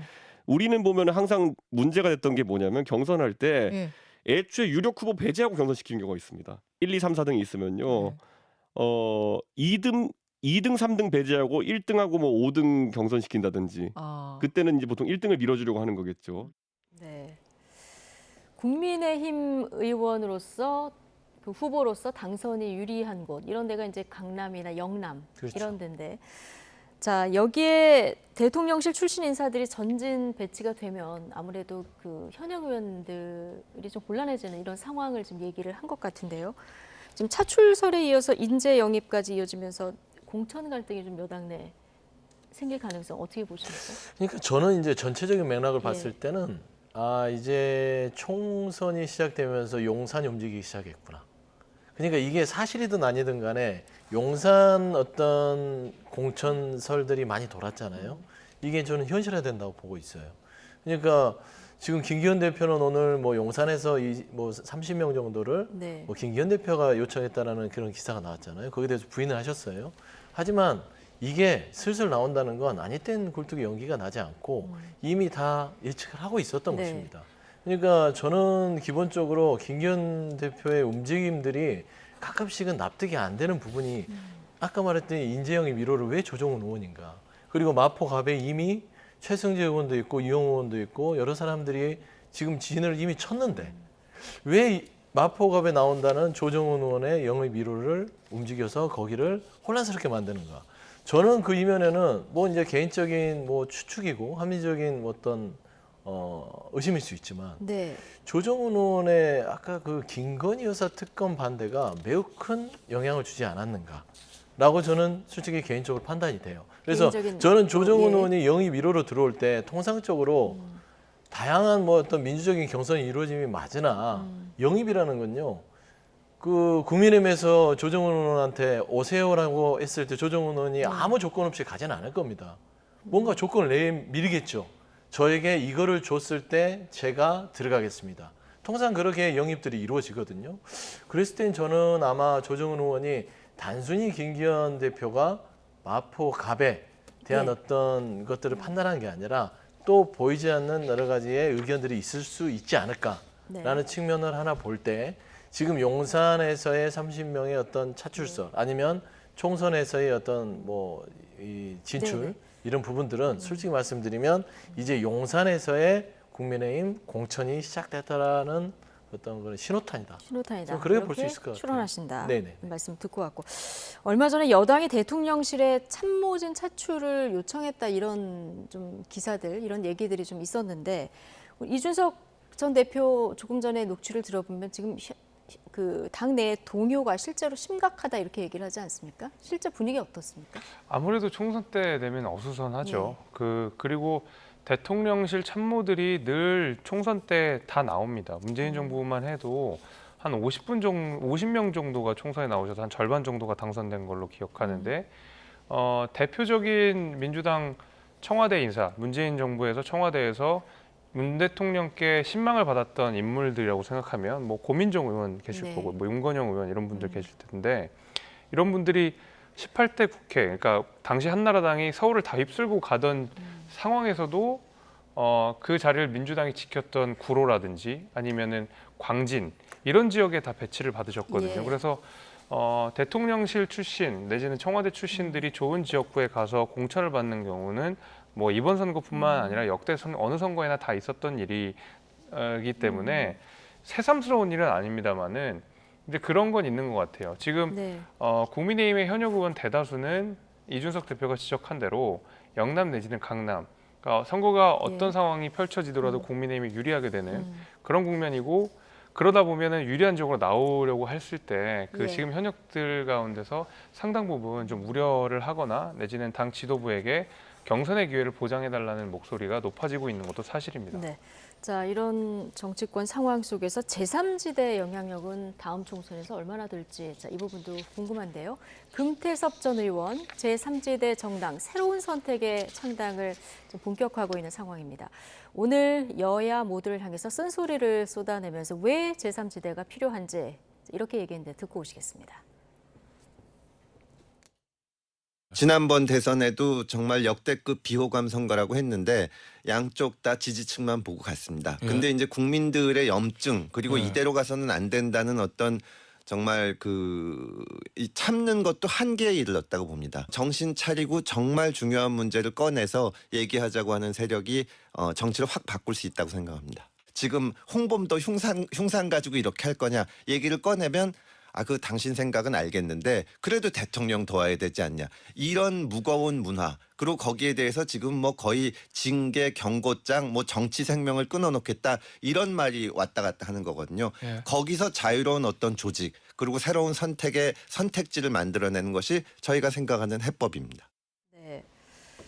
자, 국민들의 염증은 한계치에 이르렀다. 새로운 선택지를 만들어내는 것이 해법이다. 이런 얘기를 했는데 자, 앞서 얘기한 조정우 의원이 제3지대는 없다 이런 얘기를 하다 보니까 그래서 그런지 뭐 거대 정당과 합당은 절대 없다. 이 부분도 오늘 강조했더라고요.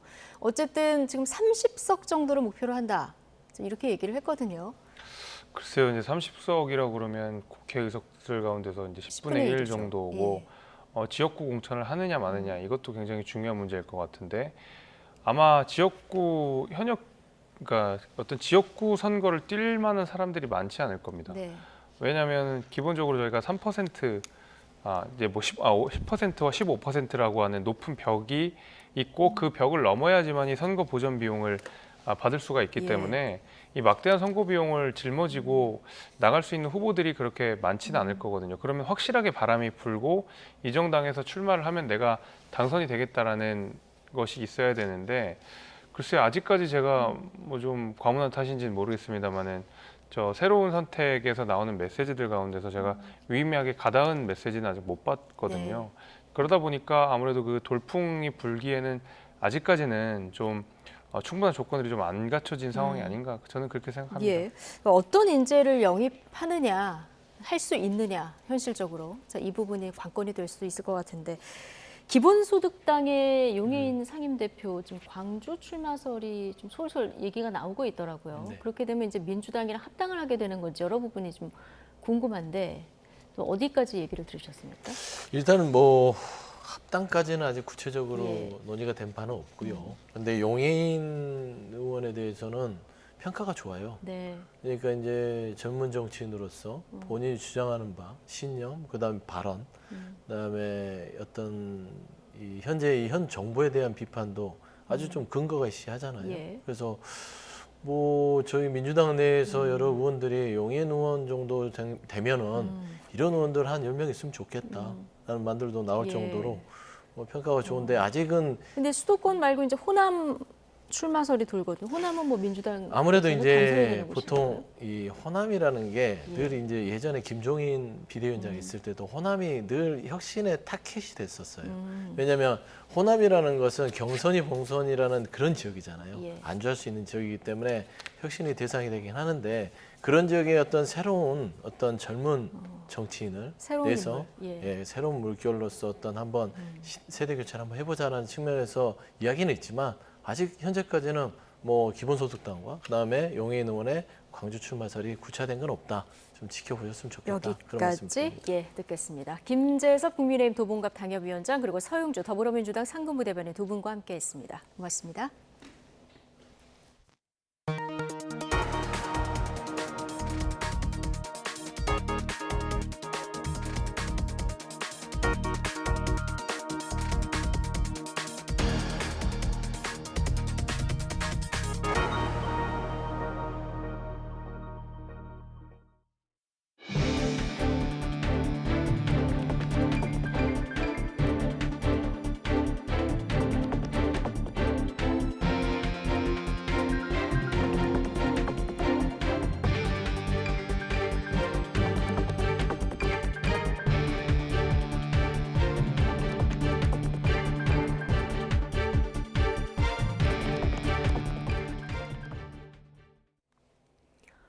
문재인 전 대통령이 현 정부의 대북 정책을 강하게 비판한 것과 관련해 대통령실이 굴종적 한산함은 평화가 아니라고 하루 만에 정면 반박했습니다. 더불어민주당은 윤석열 정부 출범 이후 한반도가 전쟁의 위기 속으로 직행하고 있다며 이 사실을 막무가내로 부정하는 뻔뻔한 정부라고 비판했습니다.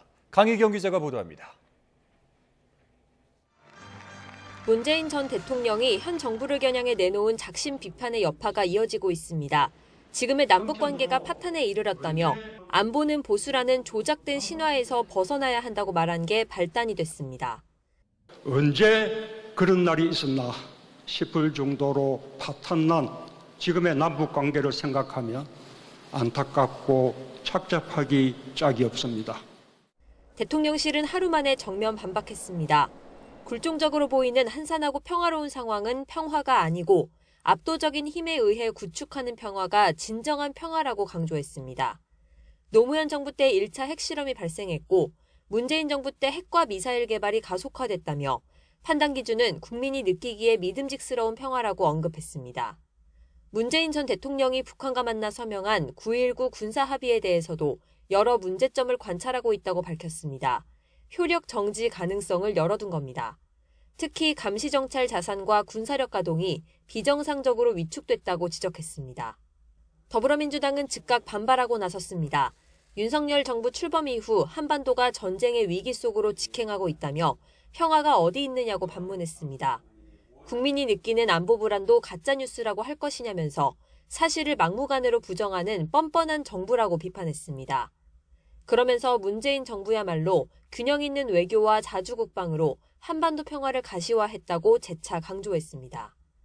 홍범도 흉상 이전 문제와 통계 조작 논란에 이어 대북 정책까지 경제안보 분야 곳곳에서 신구 권력 갈등이 이어지는 모습입니다. YTN 강희경입니다. 국민의힘 윤재욱 원내대표는 가짜뉴스 정치 공작과 통계 조작은 국민 주권 찬탈 시도이자 국기문란 행위라면서 명명백백하게 진실을 밝혀야 한다고 주장했습니다.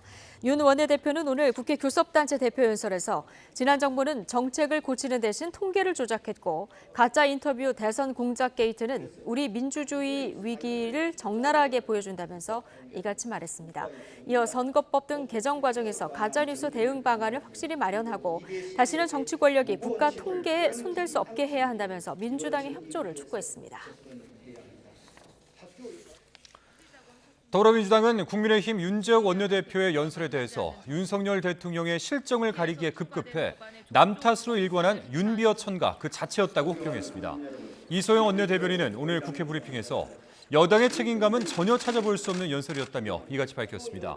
이어서 민주주의 지수 하락에 대해서 반성과 성찰은커녕 구구절절 남 탓으로 돌리는 모습은 충격적이라며 윤 대통령의 폭주로 대한민국 민주주의가 위기에 빠졌다는 것을 국민 모두가 안다고 주장했습니다.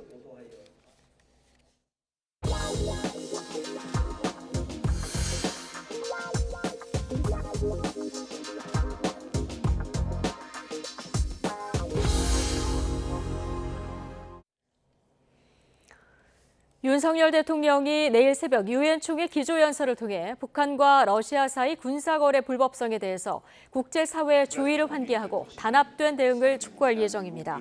김태효 국가안보실 1차장은 뉴욕 현지 브리핑에서 한국이 2024에서 2025년 유엔 안보리 비상임 이사국으로서 국제 평화와 안보에서도 원칙을 가지고 책임 있게 행동하겠다는 뜻을 밝힐 거라고 말했습니다.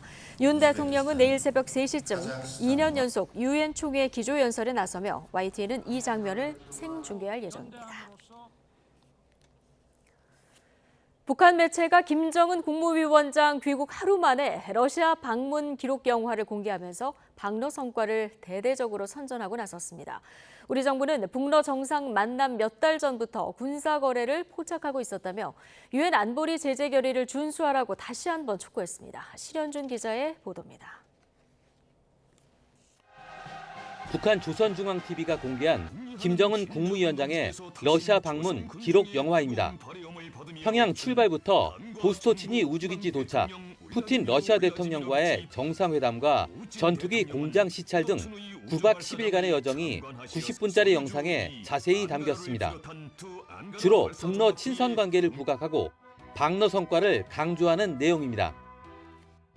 인류의 자주성과 진보, 평화로운 삶을 침탈하려는 제국주의자들의 군사적 위협과 도발, 강권과 존행을 짓부시기 위한 공동전선에서 두 나라 사이의 전략 전술적 협동을 더욱 긴밀히 하고 특히 김 위원장과 푸틴 대통령이 가까이 대화하는 장면이 자주 등장하는데 북한 주민에게 두 나라 정상의 친밀도를 강조하려는 의도로 풀이됩니다. 하지만 우리 정부는 북한과 러시아의 밀착이 군사 거래를 위한 것으로 판단하고 있습니다. 러시아는 우크라이나 전쟁에 필요한 재래식 포탄을 얻고 북한은 위성과 전투기 등 고급 군사 기술을 넘겨받으려 한다는 겁니다. 이와 관련해 대통령실 고위 관계자는 북러 정상 만남이 있기 몇 달 전부터 군사 거래가 이뤄지고 있다는 것을 지켜보고 있었다고 말했습니다. 또 러시아는 불법적인 행동을 했으니 만무하다고 했지만 미국 대통령도 이를 받아들일 수 없다고 얘기했다고 강조했습니다. 앞서 우리 정부는 안드레이 쿨릭 주한 러시아 대사를 불러 북한과의 군사협력 움직임을 즉각 중단하라고 촉구했지만 러시아 대사는 근거 없는 추측이라고 답한 것으로 전해졌습니다. 정부는 그러나 김 위원장의 방러 일정이 우주와 군사, 군수시설 시찰에 집중된 만큼 안보리 대북 제재 결의를 위반했을 가능성이 크다며 제재 등 대응 방안을 우방국들과 협의하고 있습니다. YTN 신현주입니다. 북한 핵실험이 이루어졌던 곳이 바로 함경북도 길주군인데요. 이곳 출신 탈북민들은 핵실험장에서 내려온 물을 식수로 써야만 했고 핵실험 뒤엔 갑자기 귀신병이 늘었다며 각종 피해 상황을 공개 증언했습니다. 최두희 기자가 들어봤습니다. 6번이나 북한의 핵실험이 이뤄진 함경북도 길주군 풍계리. 핵실험 영향으로 인근 주민들이 방사성 물질에 노출됐을 거란 우려가 나온 가운데 길주군 출신 탈북민들이 피해 상황을 생생하게 증언하는 자리가 처음으로 마련됐습니다. 탈북민들은 핵실험장이 있던 풍계리에서 내려오는 남대천 물을 그대로 식수로 이용했다고 입을 모았습니다. 핵실험 후에는 결핵 진단을 받은 주민들이 갑자기 늘었다는 증언도 쏟아져 나왔습니다. 당시 길주군에 거주했던 탈북민 이영란 씨의 아들 역시 결핵 진단을 받고 세상을 떠났습니다. 하나둘 고소 이렇게 병원에 가서 진단을 받으면 결핵 진단을 받는 겁니다. 다 이렇게 밥을 먹고 사는 집들이 됐는데 그런데 이렇게 병을 만나고 이러니까 야 참 벨라타 했는데 그 병을 만나서 4년을 넘기지 못하고 다 죽는 겁니다. 다른 길주군 출신 탈북민은 핵실험 뒤 갑자기 앓는 사람들을 가리켜 주변에선 이른바 귀신병에 걸렸다고 수군댔다는 증언도 쏟아냈습니다. 북한 당국에서 주민들에게 핵실험으로 인한 방사능 피폭 가능성을 철저히 숨겼기 때문에 발병 원인을 몰랐던 겁니다. 어느 때부터인가 이제 류마티즘을 비롯해 환자들이 많이 늘어나고 결핵 환자, 피부염 환자들이 늘어났습니다. 사람들은 이 밖에 진단이 명확치 않은 시름시름 앓는 사람들을 가리켜 귀신병에 걸렸다고 말을 했고 무당을 찾아가 길주군 주민뿐 아니라 다른 핵 관련 시설 근무자들의 방사능 누출 피해 역시 심각했던 것으로 추정되는 증언도 이어졌습니다. 다른 탈북민은 영변 핵시설에서 근무했던 동생이 제대한 뒤 다리를 절었다며 다리엔 마치 악어 가죽과 같은 피고름이 잔뜩 있었고 결국 치료를 받다가 숨졌다는 아픈 기억을 털어놨습니다.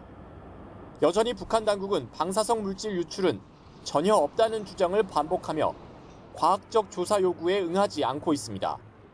이런 가운데 풍계리 인근 지역 출신 탈북민에 대한 방사선 피폭 검사를 진행 중인 통일부는 오는 11월까지 검사를 끝낸 뒤 올해 안에 최종 결과를 공개할 예정입니다. YTN 최두입니다. 수백억 원을 들여서 만든 국내 원자력 방제 시스템이 원전 정보 수집에 허점이 있는 것으로 확인됐습니다. 200번 넘게 수신 장애가 있었지만 원자력 안전기술원은 원인조차 제대로 파악하지 않아서 사고 대응에 한계가 있는 것으로 드러났습니다. 이승배 기자입니다. 원자력 안전기술원 킨스는 국가 방사능 방제 계획에 따라 방사능 영향평가 정보 시스템을 만들었습니다. 아톰케어라고 부릅니다. 국내 원자력 발전소 상태 정보를 실시간으로 수집하고 사고가 생겼을 경우 방사선이 어느 지역으로 어떤 강도로 퍼지는지 등을 예측합니다. 이를 바탕으로 빠르고 정확한 대피 계획을 짜게 돕는 것이 최종 목표입니다. 시스템 구축과 유지 보수 등으로 지난 1994년부터 지난해까지 들인 돈만 274억 원이 넘습니다. 그런데 지난 2018년부터 4년 동안 원전 정보 수집이 제대로 안 됐던 것으로 감사원 감사 결과 확인됐습니다. 정보 수신에 장애가 있었던 건데 확인된 것만 221번에 달했습니다. 아예 26개 원전 전체 운전 정보를 수집 못한 적도 있었던 것으로 조사됐습니다. 하지만 기술원은 한국수력원자력의 전송 프로그램에서 발생한 단순한 장애로 보고 원인조차 파악하지 않은 것으로 드러났습니다. 특히 전체 장애 65%인 143번은 한수원 장애 발생과 대응 기록은 없었다면서 아톰케어 자체의 문제 가능성을 배제 못한다고 감사원은 지적했습니다. 사고가 났을 때 방사능 유출 경로를 예측하는 분석 시스템도 명백한 이유와 합리적 절차 없이 바꾼 것으로 확인됐습니다. 평가지표인 원전 변수를 기존 200개에서 10여 개로 간소화한 것인데 시간은 빠르지만 그만큼 정확도는 떨어진다는 평가를 받습니다. 문제는 이 방식이 월성 1호기부터 4호기 같은 가압형 중수로 원전에 적합한 계산 모델이 없어서 이 사고가 날 경우 예측이 어렵다는 것입니다. 감사원은 기존 시스템을 10년에 걸쳐 개발하고선 유지 보수와 사용이 어렵다며 관련 기관 협의나 전문가 검증도 없이 폐기했다면서 이 시스템의 중요도에 비해 충분한 검토 없이 무책임하게 변경했다고 지적했습니다. 또 현재 아톰케어에는 실시간 교통량이 반영 안 돼 실제 방사능 유출 사고가 나면 대피로 결정에 혼란을 초래할 우려가 있다면서 관련 기능이 시스템에 반영될 수 있게 조치할 것을 통보했습니다. YTN 이승배입니다.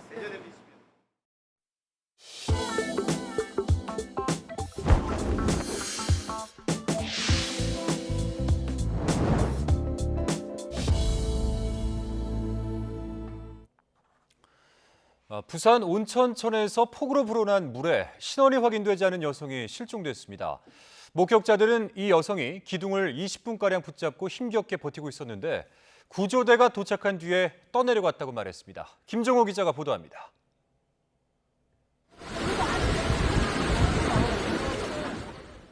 (50대로) 추정되는 여성이 수위가 급상승한 부산 온천천에서 도시철도 역사 기둥을 붙잡고 있습니다. 거센 물살을 등지고 있어 위태롭게 보이는데 마침 구조대가 도착합니다.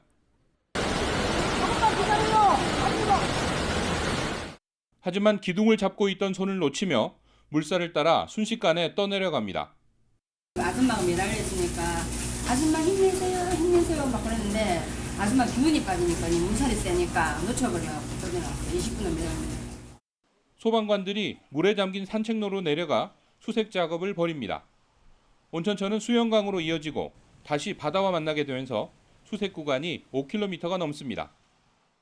소방과 경찰뿐만 아니라 구청에서도 인력이 동원됐지만 비가 계속 내리면서 유속이 빨라져 수색에 어려움을 겪었습니다. 해경까지 수색에 합세했는데 아직 사라진 여성을 발견했다는 소식은 전해지지 않았습니다. 부산시는 호우주의보가 내려지면서 시차를 두고 하천 옆 산책로를 통제했는데 금정구 지역 온천천의 경우 오후 5시 반쯤 통제 조치했다고 설명했습니다. 사라진 여성이 온천천 산책로로 내려간 게 통제 전인지 후인지도 아직 확인되지 않고 있습니다. YTN 김종호입니다. 경기도 하남시 미사경정공원에서 콘서트를 준비하기 위해 설치하고 있던 무대가 무너지며 현장 작업자 8명을 덮쳤습니다. 이 가운데 일부 작업자는 온몸에 골절상을 입는 등 심한 부상을 입고 병원으로 옮겨졌는데요. 소방당국과 경찰이 긴급히 현장을 수습한 뒤 자세한 사고 원인을 조사하고 있습니다. 권전수 기자입니다. 은색 빛깔의 철제 구조물이 아스팔트 바닥에 널브러져 있습니다. 마치 태풍이 휩쓸고 간 듯이 원래 형체를 알아보기 어려울 정도입니다. 경기도 하남에 있는 미사경정공원에서 무대 구조물이 무너진 건 오후 4시 반쯤. 바람이 엄청 불었고요. 사람들도 소리 엄청 지르고 높이가 거의 40m. 아파트로 15층 이상은 됐었거든요. 그래서 많이 높았어요.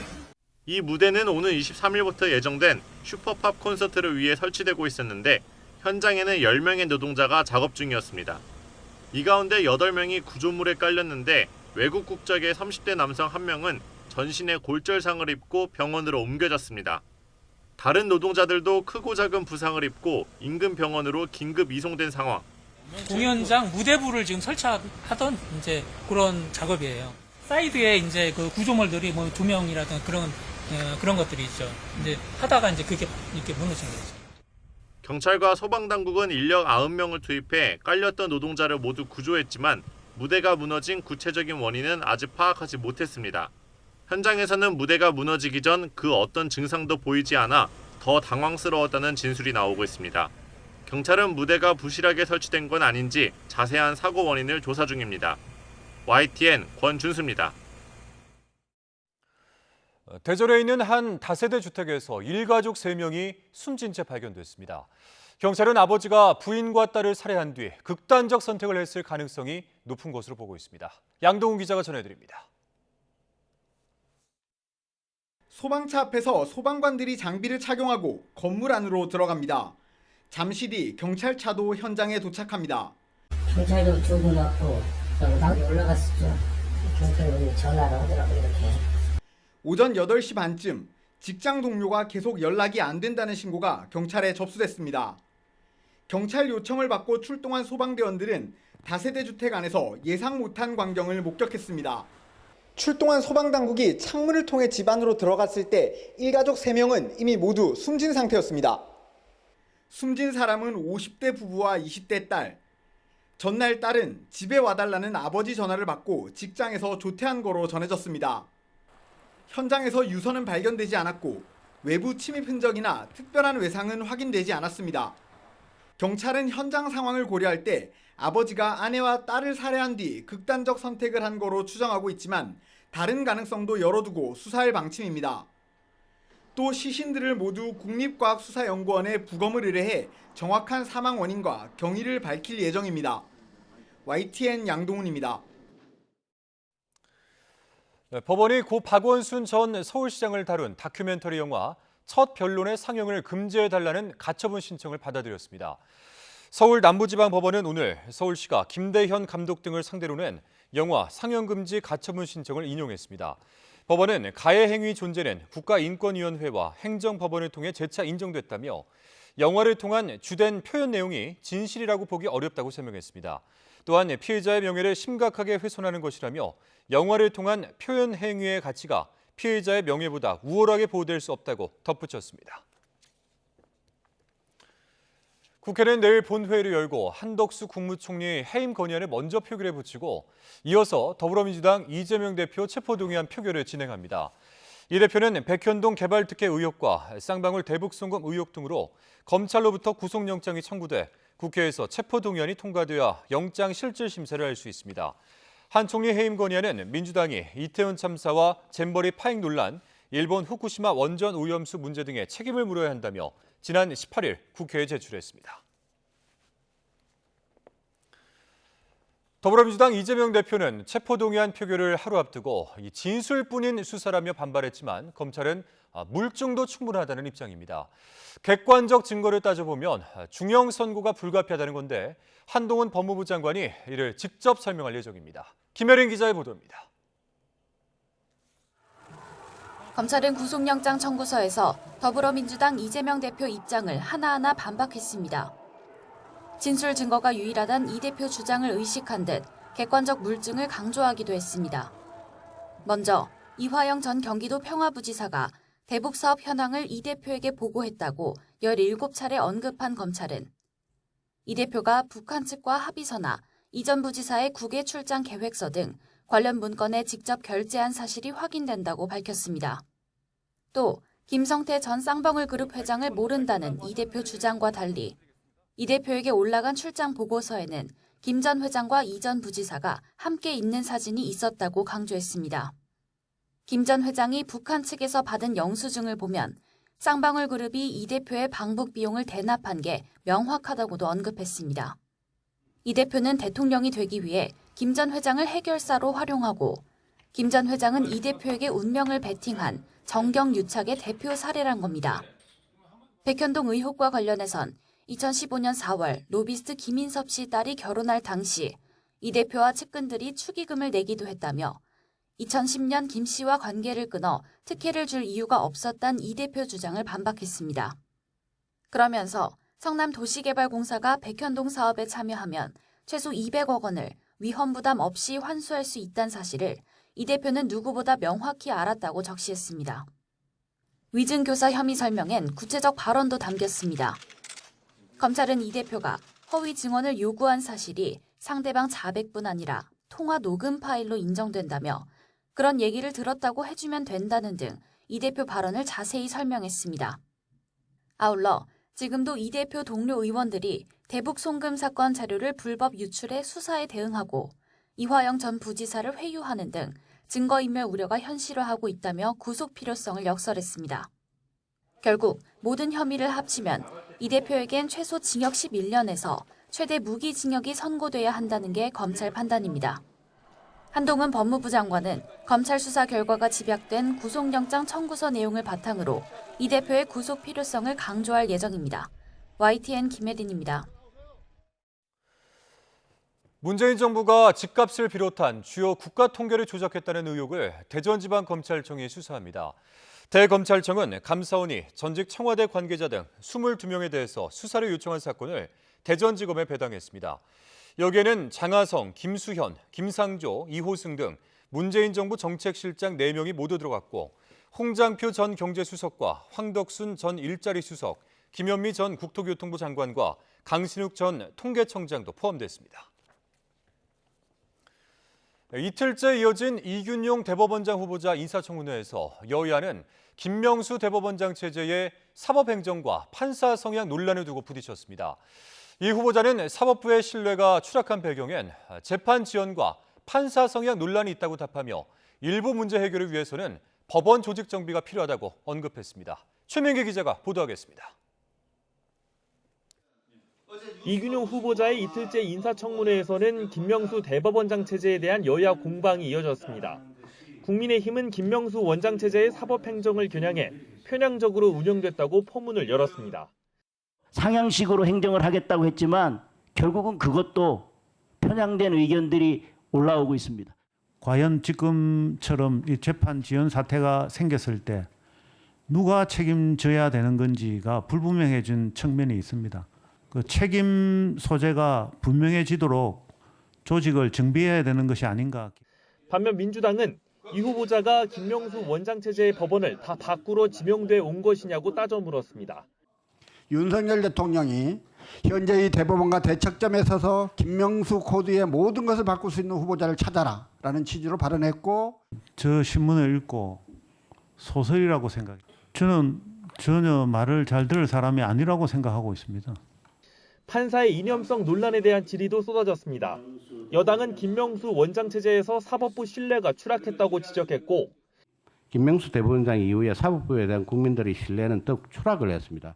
재판을 담당하는 판사들의 성향에 따라서 판결 결론이 다르게 나올 수 있다라는 그런 믿음이 확산되면서 야당은 김명수 체제를 비판한 이 후보자 기고를 언급하며 법원 내 특정 모임을 겨냥한 것이냐고 날을 세웠습니다. 우리들을 향해서 정의가 살해됐다, 진실이 모욕당했다라고 하는데 그 법관들의 심정은 어떻겠습니까?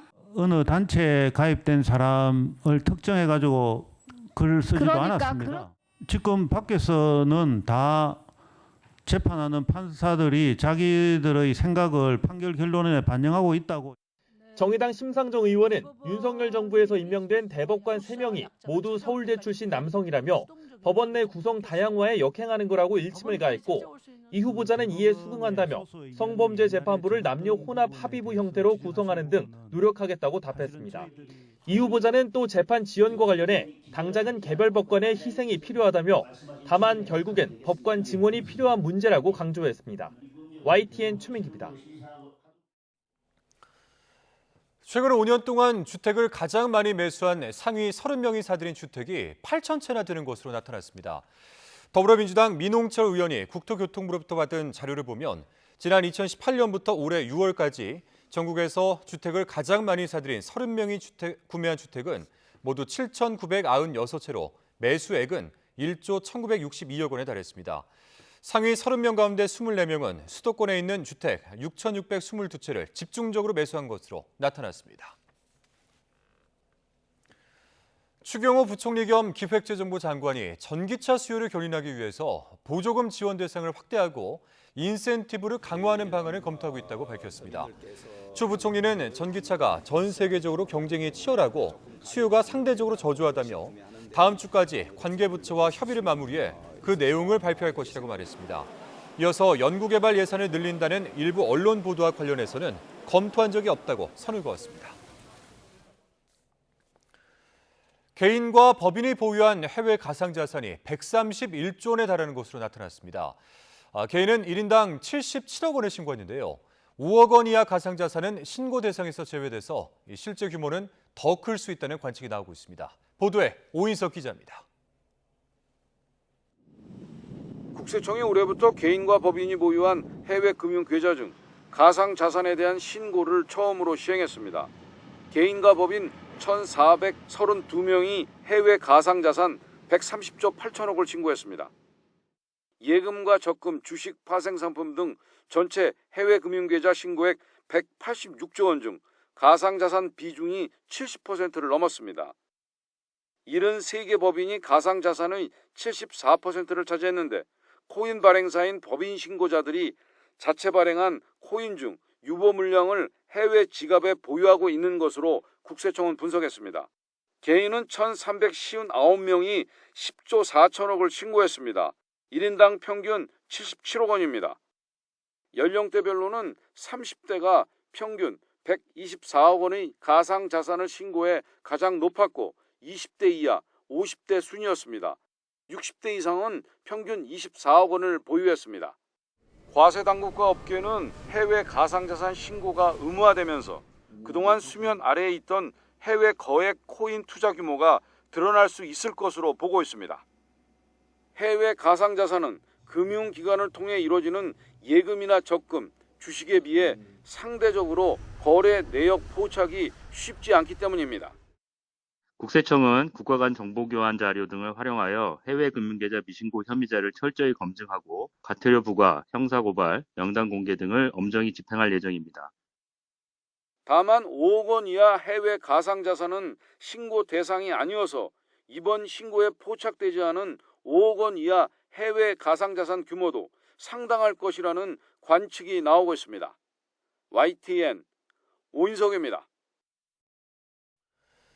수원지방검찰청 성남지청은 수백억 원에 이르는 임금과 퇴직금을 체불한 혐의로 위니아전자 대표이사 박모 씨를 구속했습니다. 법원은 박 씨가 증거를 없애고 도망칠 우려가 있다며 오늘 구속영장을 발부했습니다.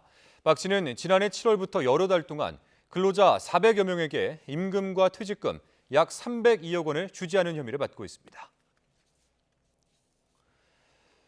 토네이도가 중국 동부 장쑤성을 강타해서 최소 10명이 숨지고 6,800명의 이재민이 나왔습니다. 이례적으로 9월 중하순에 발생해서 수확철 농작물 피해도 컸습니다. 베이징에서 강정규 특파원입니다. 시커먼 소용돌이가 도시를 집어삼킵니다.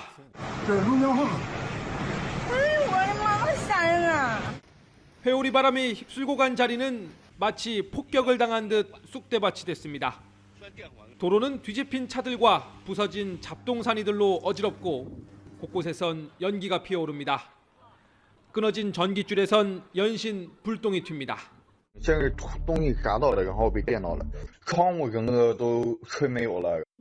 중국 동부 장쑤성의 2개 도시에서 3시간 간격을 두고 토네이도가 발생했습니다. 중국 기상대는 개량 후지타 등급 2와 3 이상의 강도로 추정했습니다. 사망자 10명에 중경상 8명, 6,800여 명의 이재민이 나왔습니다. 주택과 축사 등 2천여 채가 무너지거나 파손됐고 수확철 농작물 피해도 컸습니다. 农作物受损41.8公顷，2000余平米猪舍部分墙体倒塌，顶部塌陷。 드넓은 평원이나 탁 트인 바다처럼 바람이 맞부딪히기 좋은 곳에서 생기는 토네이도. 중국에선 양쯔강 하류인 장수성이 발생 빈도가 가장 높은 곳으로 꼽힙니다. 특히 9월 중하순의 토네이도는 이례적이어서 지구온난화와 기상이변이 원인으로 지목됩니다. 베이징에서 YTN 강정규입니다. 멕시코에서 한국인 여행객 등을 상대로 호의를 베푸는 척하며 접근한 뒤 금품을 털어가는 강절도 사건이 잇따르고 있습니다. 범인들은 한인 여행자들에게 음료수나 주류 같은 것을 건네 정신을 잃게 하거나 또는 일부러 옷에 이물질을 묻히고서는 도와주겠다고 접근해 지갑 등을 털어갔습니다. 멕시코 대사관은 모르는 사람의 과한 친절을 주의하고 또 무심코 건네는 음료나 사탕 등은 사양하는 게 좋다며 주의를 당부했습니다.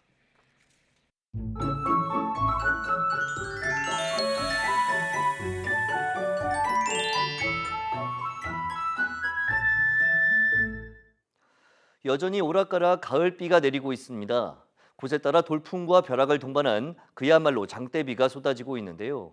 아침까지 영동과 충청 이남 곳곳에 시간당 30에서 60mm의 국지성 호우가 쏟아지겠고 새벽에 수도권과 영서지방을 시작으로 오후에는 비가 대부분 그치겠습니다. 반면 가을비가 더위를 식히면서 내일도 서울 낮 기온이 24도에 머무는 등 선선한 오후가 이어지겠습니다. 남해안은 내일 밤까지, 제주도는 모레 아침까지 조금 더 길게 비가 오겠고 경남 남해안에 150mm 이상, 경북 동해안과 충남에 120mm 이상, 그 밖에 영동과 충청 이남에도 100mm 안팎의 많은 비가 더 내리겠습니다. 호우 피해 없도록 대비 철저히 해주시기 바랍니다. 내일 아침 기온은 오늘과 비슷하거나 조금 낮겠습니다. 서울 18도, 대전 19도, 광주 21도, 부산 24도로 예상됩니다. 낮 기온은 오늘과 비슷하거나 조금 높겠습니다. 서울 24도, 대전 24도, 광주 24도, 대구 23도로 예상됩니다. 주 후반에는 맑고 일교차 큰 가을 날씨가 이어질 전망입니다. 날씨 정보였습니다. 수요일 뉴스나이트 마치겠습니다. 함께해 주신 여러분 고맙습니다.